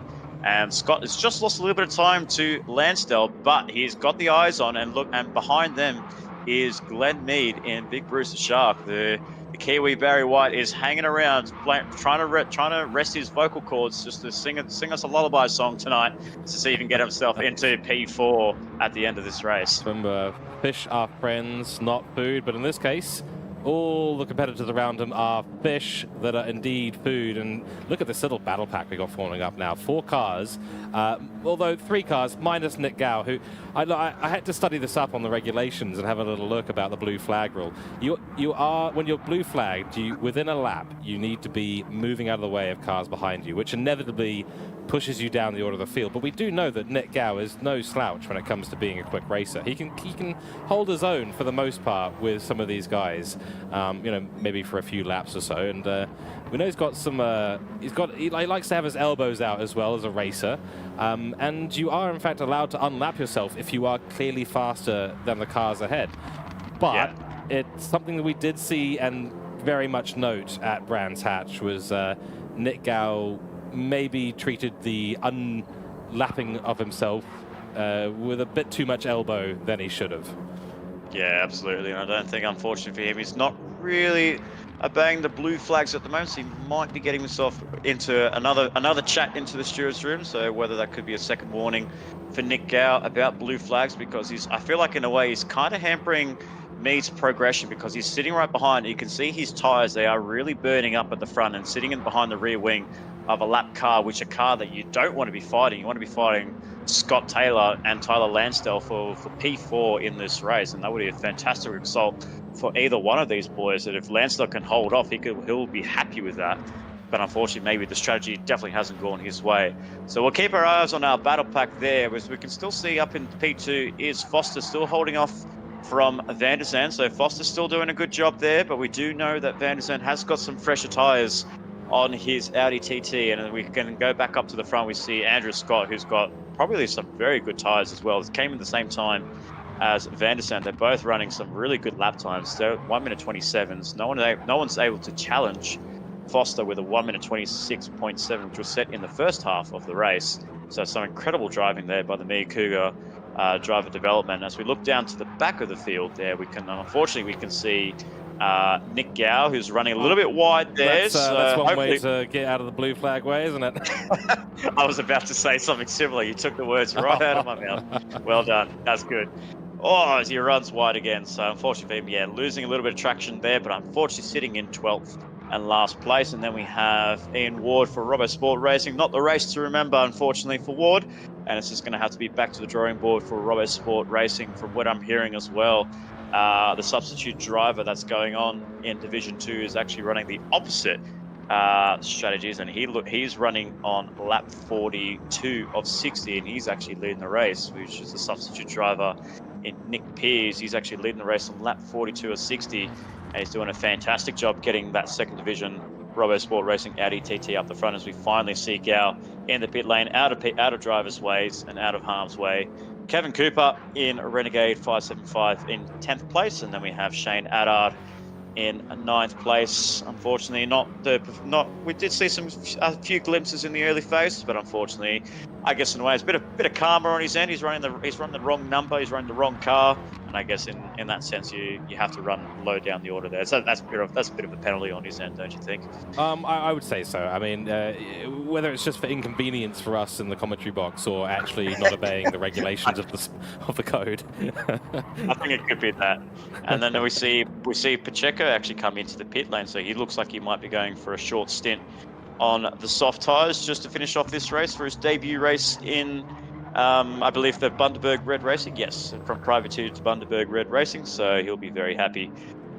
If it's just Mitchell Cullen, be happy to get a driver to score some points, because he's the only one driver scoring points in that team's championship, 85 points, and he's only 15 behind Track Stars Racing going into this round. So it's an incredible feat that Mitchell Cullen's done to get him as the sole driver getting big points in Division 2.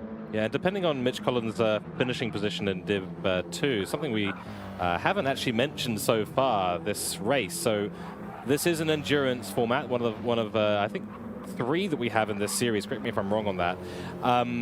But one of the great things about the endurance races, because they are double length, you do get double points. So wherever you're finishing, usually it's 45 points, I believe, for a race win.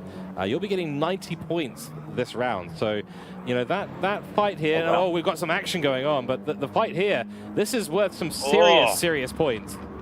Oh, so Lansdale looks like he made a mistake going through Andretti, and Scott's going to go around the outside. So Scott Taylor's going to go for the outside on turns 3 and turn 4. He's done a brilliant job there to get around Lansdale, and Lansdale's unfortunately paying his due ends by running on those medium tyres, not to the full potential. He's going to lose a position to Mead in car 999. He's lost that position, so that's two positions in a span of a couple of corners, George. And my goodness, this definitely has not worked so well for what was looking promising for Lansdale, and he's lost 2 positions to both GLR Scotty and Bruce the Shark in Glenn Mead and Scott Taylor. As I understand it, losing 2 positions in this round is essentially losing 20 points. That is gonna hurt in the overall Drivers' Championship, big time. Though, that said, I mean, just looking around the grid at Mead and Scotty, tyres are not great, but Mead has got fuel for the days. He can run as well, he can be as hungry as he wants on the throttle all the way to the end. That might account for the fact that he's used a little bit more of his tyres. But only 8 laps to go. But 8 laps with 25% of that front right there. Yeah, it'd be very tricky. Yeah. No, I will cut in with there. We'll look back up into P2 with DC now. Finally, Van der Zandt has actually taken the position away from Foster, and he's actually got himself back up into P2. So again, I believe the incident that Foster had was from my fellow cameramen, well, my Australian cameraman. They said to me, unfortunately for Foster, he actually went down the escape, with a bit of a half spin onto the gravel trap on the exit of the corkscrew, unfortunately. So Foster really lost a lot of time coming through the corkscrew, as just down this part 1 lap ago, and he just got into that gravel trap on the left-hand side, and yeah, he almost collected the barrier there. They said he did a very good job to save the car from the barrier, but lost so much time. And look how far back he is. Well, he was doing Yeah, he's got lap traffic of, I believe that's Ward as well to get past now if he wants to get back up towards Dean. It's a huge gap that he has to do because both Scott and Van der Zandt both pitted at the same time. They've both got 2 laps fresher tyres than Foster. So Foster's going to be, I think that's probably the end of his charge unless something, again, drastic happens on his car and he loses more time and more positions to both Taylor and Mead and even potentially Lansdale. You know, I feel like I might be the cursed broadcaster today because as a Kiwi, I believe I've cursed the electronics, apparently. I believe I've cursed the replays because the replay cameras are all broken as well. And all I can hear from the Kiwi camera crew chatter is lots of swear words, in fact, about the technology. And on top of that, I did say that unless something massive happens to Foster, he's got second place. And now here he is, something massive happened to him. So I don't know, Nick. I mean, I might need to cut back on the on the commentary just in case I'm cursing this whole thing. No, you're doing a fantastic job providing us the coverage and the stream. So we do thank you so much for that. And also, in a way, if you haven't already, just make sure you hit the bell notification on the MotorMotion E-Series YouTube channel where you can get all the action and hear all the calls from myself, Nick Pautasso and George Cooke for the Trak Racer TCR Cup, as we have 4 more rounds to go at the end of this one. But we are about to approach lap 54 of 60 on car 999 with Glenn Mead, getting himself close to GLR Scotty, but you can see that front right tyre, it's not handling very well there. And I wanted to keep my eyes on Lansdale. I want to see how far back he is compared to the front 4, because he's actually coming through the last corner right now, and you can see, yeah, even on his medium tyres, he's not really able to not even close up on the 2 drivers that he got overtaken in both Taylor and Mead. He's not closing up on them. Those tyres are going to run out on Mead's car, and Lansdale's not going to be able to capitalize on that, unfortunately. That's a real shame for Tyler, that is. I mean, to our point earlier, about an hour ago, when we were wondering about why the medium tyres were even an option, it seems to have worked out really well for Dean van der Zandt. So I can't say that we were necessarily right. But unfortunately for Tyler, he's just missed the window. He's gone too long on the mediums. Maybe, you know, I don't want to say too long on the hards, but maybe not long enough on the hard tyres at the end of the day. You know, you were talking to him earlier before the race, and he said, you know, might switch it up, go for a little bit longer on the hards. He did that, but not long enough, because the mediums have just fallen off a cliff. And those last 3 laps of his, I mean, 130, I believe it's a 131 and a 132. So he's gone from being highly consistent, just above the 50% grip line, to now really falling off that cliff. I don't think Bruce is falling off that cliff yet. No, he's put in a 28.9. There you go, and he's losing a little bit of time to Scotty right ahead of him. So it looks like Scotty's actually extended that gap a little bit more. And I will have to say, this is a really good resurging drive here for Scott Taylor. He's setting up in P4s. So it'll be the highest privateer driver. The event organizer for the TCR Cup, sponsored by Trak Racer, running very highly in Division 1 as a privateer. He's doing a fantastic job here at Laguna Seca, keeping that car in position 4. And yeah, he's doing a fantastic job. Probably definitely something to consider when we come to the end of the broadcast as the driver of the day as the driver of the day voting. So let us know in the comments below on the YouTube chat if you're joining us live and free on MotorMotion E-Series YouTube. Let us know who your driver of the day is for the Trak Racer TCR Cup. We'd love to hear your thoughts, but you'll definitely hear thoughts from us at the end of lap 60 as we're about to approach lap 55. Andrew Scott has come across the line. He's about to go 6 laps to go until the end of the Grand Prix, and my goodness, you know, he went on those hard tyres at the end of lap 1 and ran softs for the rest of the stint, and he's played that to perfection yet again. It's amazing, actually, just how well he's done on the soft tyres. He's extended the stints longer than most dared to on this track. We're just on board with Nick Gow, and behind him, this is why the blue flag is there. Behind them is Andrew Scott. Yeah, just, you know, as always with Andrew, it's, you know, strategy executed to absolute perfection. You know, he's got 12 hours sitting on a 787, Boeing 787, just to think about what he's going to do next. He might have a personal PlayStation 5 or something installed into the cockpit. Who knows? Imagine that. That would be great. Imagine telling your cabin crew that there's no one's controlling the pilot. It's all on autopilot, but then you've got him playing on his PlayStation. Jeez, Yeah, what a hard life. You hear the little ding, ding, ding. Attention, everyone. I've just done a 127.1 at Laguna Seca with a TCR Cup car. Thank you. That is all. Oh, dear. Yeah, nonetheless, he's really done another masterclass here at the endurance race. And Nick Gow getting a bit fighty with Matthew Joinson. Those two fighting, and Andrew Scott will be... He'll have a bit of a quizzical look on his face, I suspect, and looking for the nearest and closest opportunity to get past these two, who are scrapping it out. Actually, it looks like Nick Gow is blue flagged on Matthew Joinson as well, indeed. Yes, he is. Yeah, absolutely. So both Nick Gow and Joinson getting the blue flags from not just one driver, but from the main driver that's leading this race on lap 57 of 60. He's right up in the rear bumper of the Juice Motorsports entry, so Joinson will be looking to get out of the way as quickly as he can.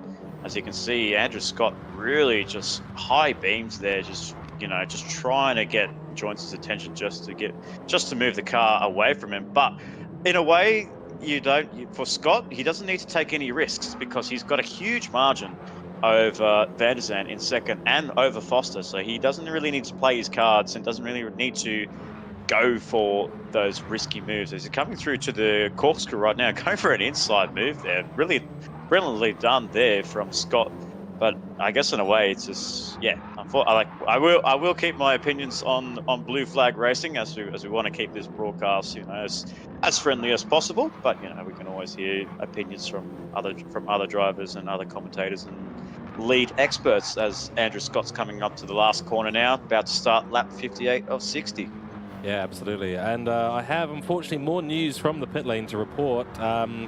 You might have noticed that Ian Ward has not been on our cameras for a few laps.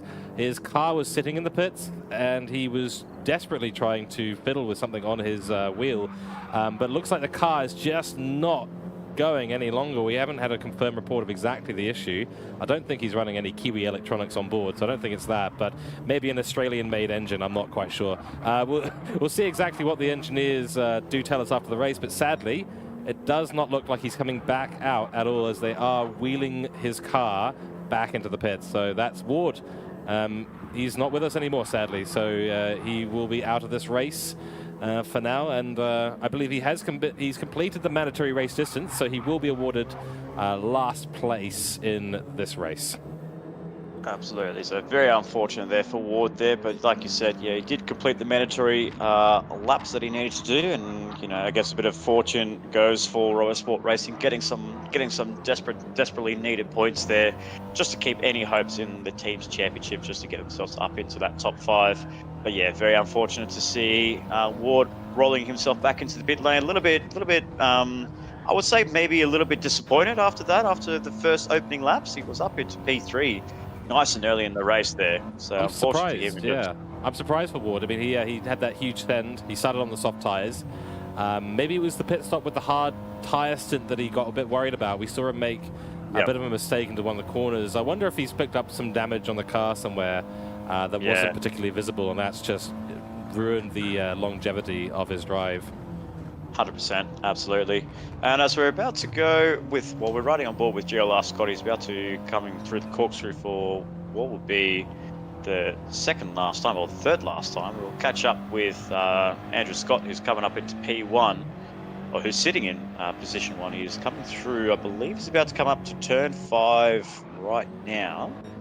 And yeah, there he goes. And what's actually interesting enough there, that part of the track there, back before 1988, the Laguna Seca was really considered like more or less like an oval shaped track at the beginning. So instead of taking the Andretti hairpin and going through the infield section, the drivers used to go left and then they just keep going straight. So kind of like more of an oval shaped racetrack here at the dried lake here that is Laguna Seca. And yeah, it's very, and the layouts, and watching some old videos of the racing here pre-1988 was some really awesome racing. They were so fast going around turn one. And then they introduced the infield section for regulations and safety. And they brought in that infield section, which you see is that double right-hander in turns 3 and 4. Yeah, it's quite sensible. I mean, even the Andretti curve, even as it is still pretty dangerous. I mean, you can see the runoff area there. It's yeah. So that gravel trap more or less didn't exist, and it just kept extending all the way up to turn 5. So it shortened the distance.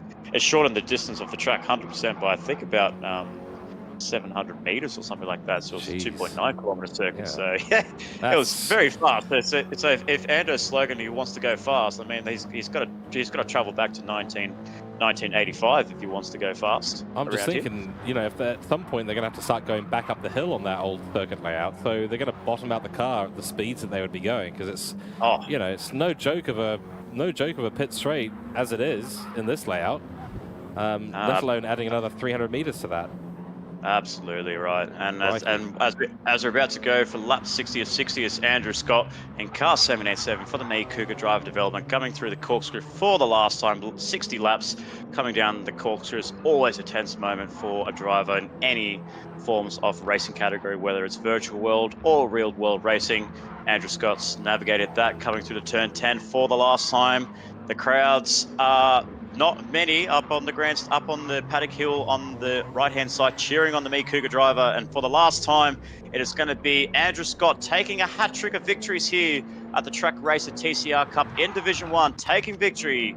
And for congratulations to car 787 for the Me Cooke driver development team, and Andrew Scott getting himself that elusive three wins in a row. Can anyone stop him?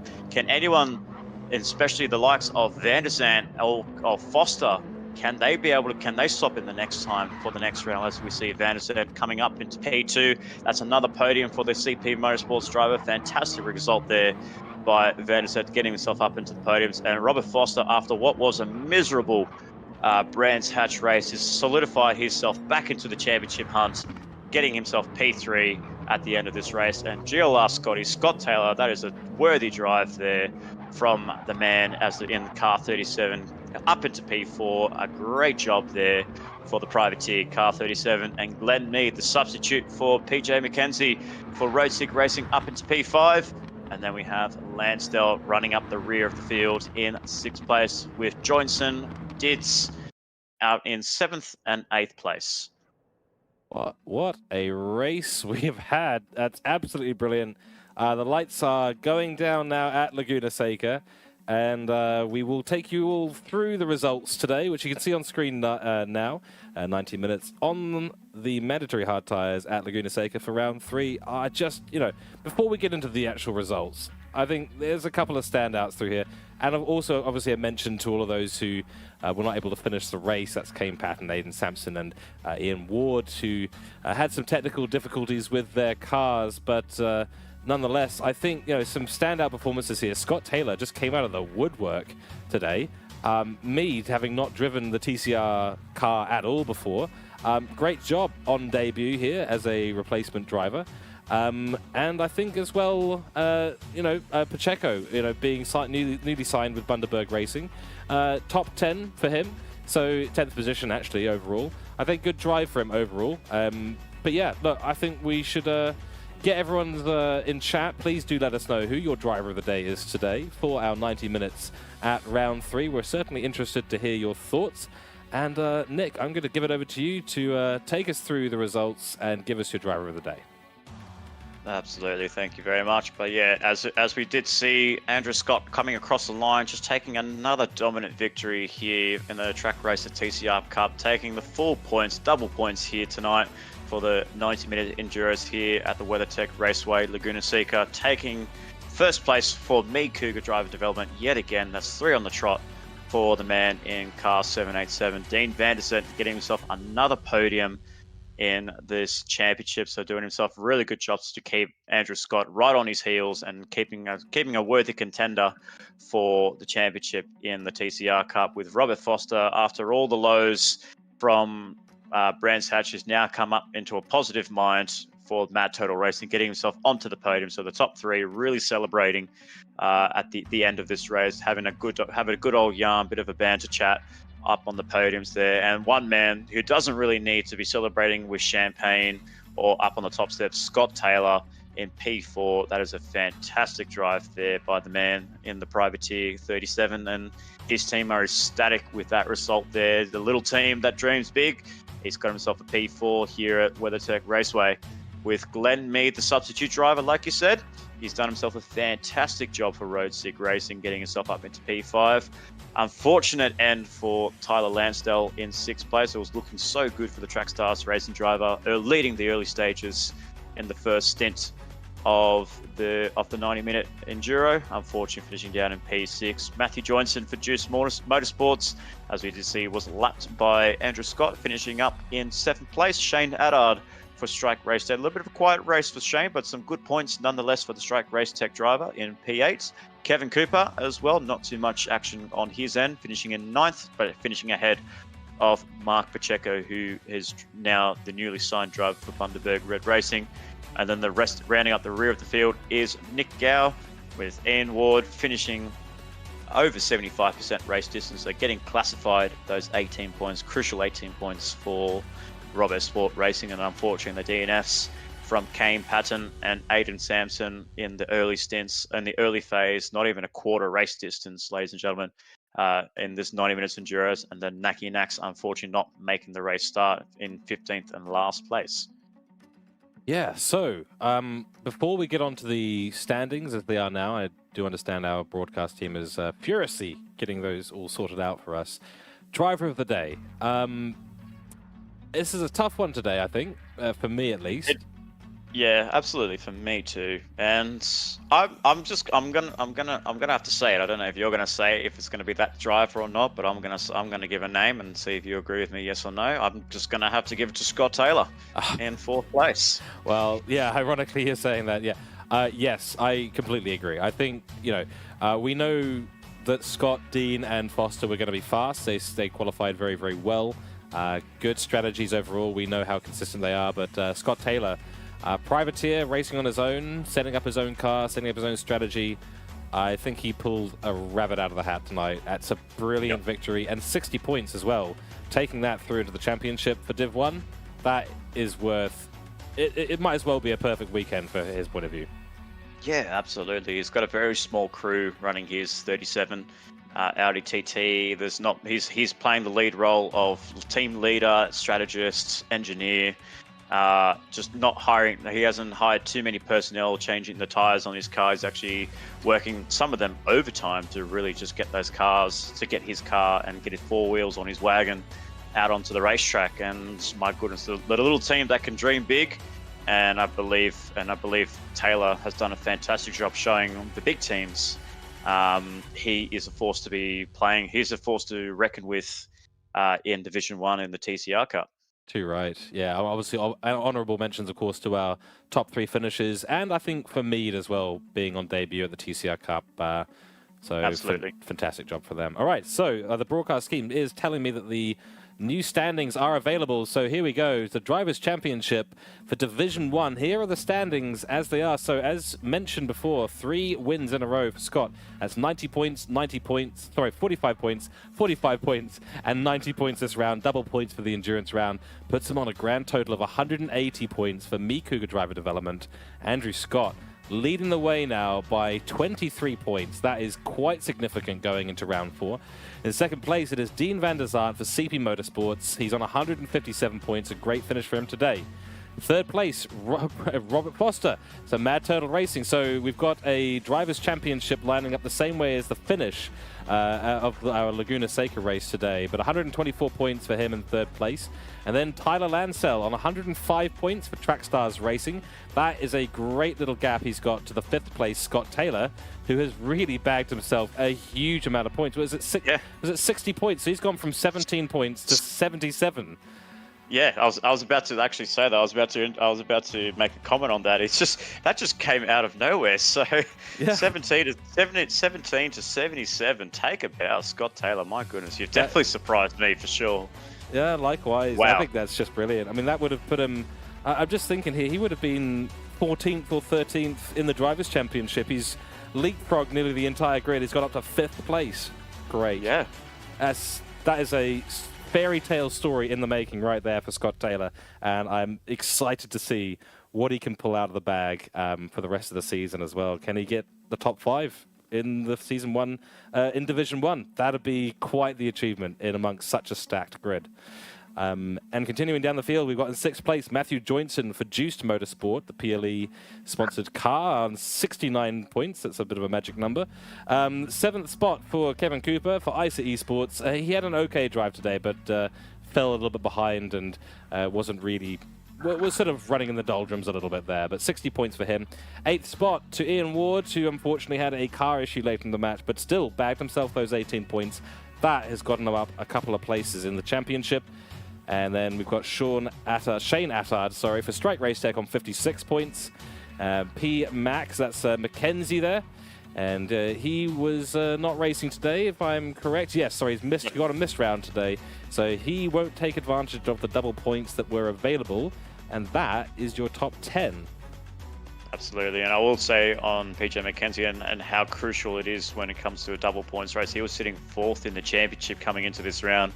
And with all the drivers getting double the points, he drops down to P10. So it's what happens when you miss a round, and it misses a very important event.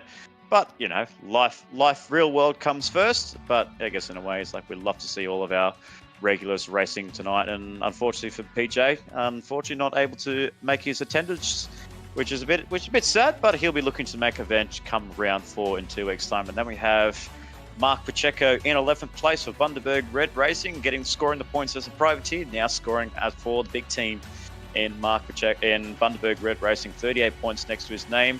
Unfortunately, Aiden Sampson not able to capitalize on that, getting a DNF in the early stages, finishing on 37 points, only 2 clear ahead of Nick Gow. In 13th place, Naki Nax, who didn't make an attendance at all, didn't make a race start here at Laguna Seca in 14th place. And unfortunately, Kane Patton, his return to the MotorMotion E-Series is just not going in the right direction for Extreme Motorsports in 15th and on 18 points. Crikey. Yeah, very unlucky for Kane Patton there, unfortunately. But no, there are another 4 rounds. So this was the 3rd round of the TCR Cup, Season 1. And there will be, well, it's not the Season 1, excuse me. Nick, which season were we in now? You need to inform me on that. But this is the first season with the TT Audi cars, so. Absolutely, yes, correct. It's the first official round of the TCR Cup, from getting away from the Renault Megane trophies up to the Audi TT front-wheel drives, front engine Audi TTs. Excellent, yes. So we will now jump over to Division 2 and bring you all the results. So we do have some results to cover there and go through our Division 2 results. But before we do go and do our Division 2 results, a big thank you to everyone in the grandstand today. And we look forward to seeing you on the 6th of June, 2023, for 36 laps with a mandatory racing soft tyre at the wonderful, beautiful Circuit de Barcelona, Catalunya, in the national layout. And that'll be a really fantastic one. Another hot circuit for these very tyre-hungry TT cars.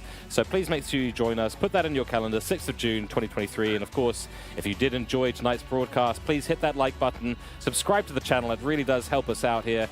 And yeah, let's go and have a little look at Division 2, huh? Absolutely right. So they have crossed the finish line. So going into Laguna Seca, we did have Matt Hill finishing up in 1st place for Me Cougar Driver Development, so getting himself a victory for that team. And then we have in 2nd place Mitchell Cullen on 40 points.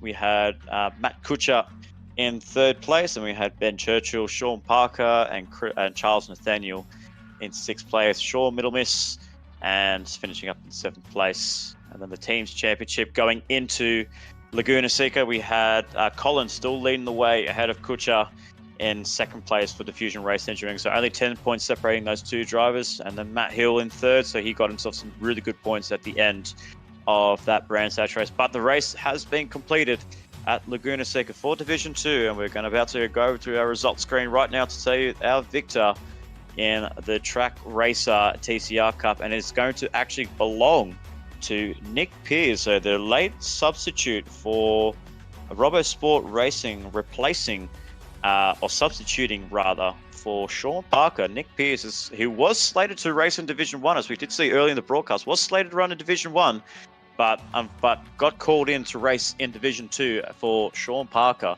And he's put himself in a really good position to race in that second division and get himself the victory that he needed, finishing up in first place with Mitchell Collin actually still ahead of Matt Kuchar. So every time I see Mitchell Collin and Matt Kuchar, they're always finishing line astern with each other, with Collin finishing ahead of Kuchar yet again. And then we have Matt Hill finishing up in fourth place. Yeah, Mick Hill. I don't know what I keep saying. Oh, no, I understand. You know I understand that. So I do apologize, Mick, if you're watching this stream. So Mick Hill finishing up in fourth place, and then we have Graham Hamilton, George and I like to call him. We like to call him George Hamilton because of the Mercedes-Benz Formula One team reference there with the G and the Hamilton. Bit of a bit of a commentator's joke. And then we've got Ricky Rick finishing up in P6 on 40 points. Ben Churchill for Road Sick Racing on 36.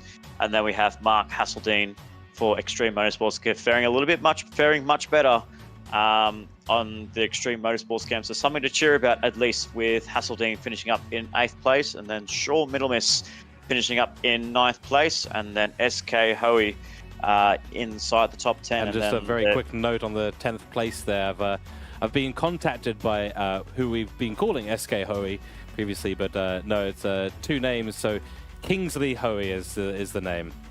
Right. No worries then. So Kingsley Hoey in 10th place. And then outside is the substitute driver for Troy Britnell in Brits Lightning, is Tony Griffin finishing up outside the top 10 in 11th place. Karma Foster in 12th for Ned Racing, scoring the only points for Ned Racing tonight. Stephen Harrison for CP Motorsports finishing down the order in 13th place. And then we've got Jason Brund in 14th place. And the non-starter for Laguna Seca is Charles Nathaniel in 15th place. Yeah, so things heating up in the Division 2, but the third round being double points is going to open up the grid a little bit, and it certainly has done that in the team standing, which we take a look at now. And the gap is now quite significant for the New South Wales team. Cooke Driver Development, now on 298 points, nearly 100 points clear of CP Motorsports. This is going to be a story that's going to go for the rest of the season, isn't it? These two are going to be either getting further apart or getting a little bit closer, but with the speed that Mick Hill and Andrew Scott have been showing in both the divisions, Cooke Driver Development are looking incredibly dominant in this Season 1 for the Track Racer TCR Cup. And the battle really at the moment is for second spot between CP Motorsports, Bundaberg Racing and Mad Turtle Racing, with Diffusion Race Engineering in 5th spot, still looking keen and got a potential there to get up into the top 3 in the driver's title. But 4 races to go, it's all to play for, Nick. Absolutely, and this is one of the big surprises as well. We see Bundaberg Red Racing with the signing of Mark Pacheco and getting the paperwork agreement for Mark Pacheco's points to count towards the team's championship has boosted Bundaberg Red Racing's chances up in the championship, and they've sailed to the top, sailed up into 3rd place on 191 points. So fantastic effort there for Bundaberg Red Racing to get Pacheco's points at the end of Laguna Seca, and as well as Collins' points counting towards the team, and they've propelled themselves up into that championship fight, battling it out for P2 along with the likes of CP Motorsports, Matt Turtle Racing, Diffusion and Track Stars Racing. So the big names, the big hitters in Australian League Racing, with Bundaberg Red Racing punching above their weight and finishing up in 3rd place overall, with Track Stars in 6th place, Road Sig Racing on 166 points, with some really good points there from Glenn Mead getting themselves up into that top 7, and RoboSport Racing with Nick Pierce's result has really helped their chances of getting themselves inside that top 5 on 144 points. Juice Motorsports on 123. Strike Rates take the first of the teams not to hit 3 digits on than ICER Esports In 11th, Ned Racing, unfortunately, with one driver absent, has really hurt their chances of getting themselves into that top 10 on 76 points. And Extreme Motorsports with the DNF from Patton scoring 0 and Hasseltine scoring somewhat of consolation points, sitting in 13th last place on 73 points. That's right, and that will round out our coverage tonight of the TCR Cup. It has been round 3 and an absolute pleasure to bring you all coverage tonight. I think, you know, we've had a really exciting couple of first races. We've been at Daytona, we've been at Brands Hatch, we've had Laguna Seca now in our endurance round. The next endurance round is actually going to be at Spa. So we'll be heading to Belgium for round 6 on the 18th of July. Make sure you join us for that, because it's going to be another very, very exciting round. And the other 2 tracks we're going to outside of next round's Catalunya excursion going to be Road Atlanta, which I'm really looking forward to, Nick, and Watkins Glen, 2 of my favorite American circuits. And Road Atlanta, I think that's going to be really good because that's got some really high-speed turns. It's got some great long straights, and it's terrible for tire wear, which is exactly what we love here at the TCR Cup. Absolutely. If we thought Laguna Seca was bad on tires, wait till we get to both Watkins Glen and Road Atlanta. So a lot of racing to come along. And next week, I believe, or in 2 weeks' time, I wonder where are we racing in 2 weeks' time, George? So in 2 weeks' time, we will be taking our racing soft tires as the mandatory tire, which you can imagine no one's going to be on the mediums and the hards if that's the mandatory. But 36 laps in Spain at Circuit de Barcelona, Catalunya, the national layout. It's going to be a really, really good one. Hot conditions, so I'm going to have a chat to all the Kiwi camera crew and the replay camera guys and the guys who've been running Kiwi electronics in their cars and tell them that they're in for some more hot weather next week, as we will be racing at midday, and we'll see what the weather brings. Absolutely. Well, we get some really good clear sunshines right in the middle of summer. It's going to be in Spain, so we're going to be seeing some hot races and a lot of damp towels just to try and keep the drivers cool. And surprisingly today, I actually got breaking news there from Robosport Racing from Ian there. He, not to make matters worse, with his car getting a DNF from that race, his cool suit actually failed on lap 5 of the stint. Oh. And I guess that was the reason for why he was in his struggles towards the back end of the race, not really setting competitive laps there and just really running low outside the top 10. So I feel for the man in Mr. Ian Ward there, but yeah, hopefully his cool suit fixes up next time out at Barcelona. But that's going to wrap up our stream. So thank you so much for joining us here on the live and 3 on the MotorMotion E-Series YouTube channel. Please like the stream that you're watching us right now. Give us a follow on Facebook, Instagram, and wherever you may be able to find your socials. And also keep an eye on the MotorMotion E-Series webpage. I believe it's MotorMotion E-Series WordPress.com. I'm not too sure. I need to grab that link. That's exactly right. Yeah, and we can fantastic. all the links as well available in the description down below. So please do check that out. MotorMotion, a fantastic esports racing league, sponsored by many fantastic companies around, and of course the TCR Cup you've been watching tonight, sponsored by Trak Racer.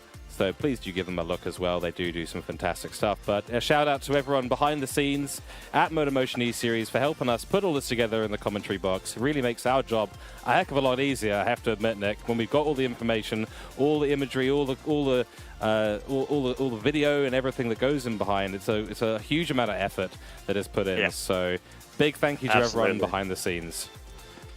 Absolutely right. Thanks.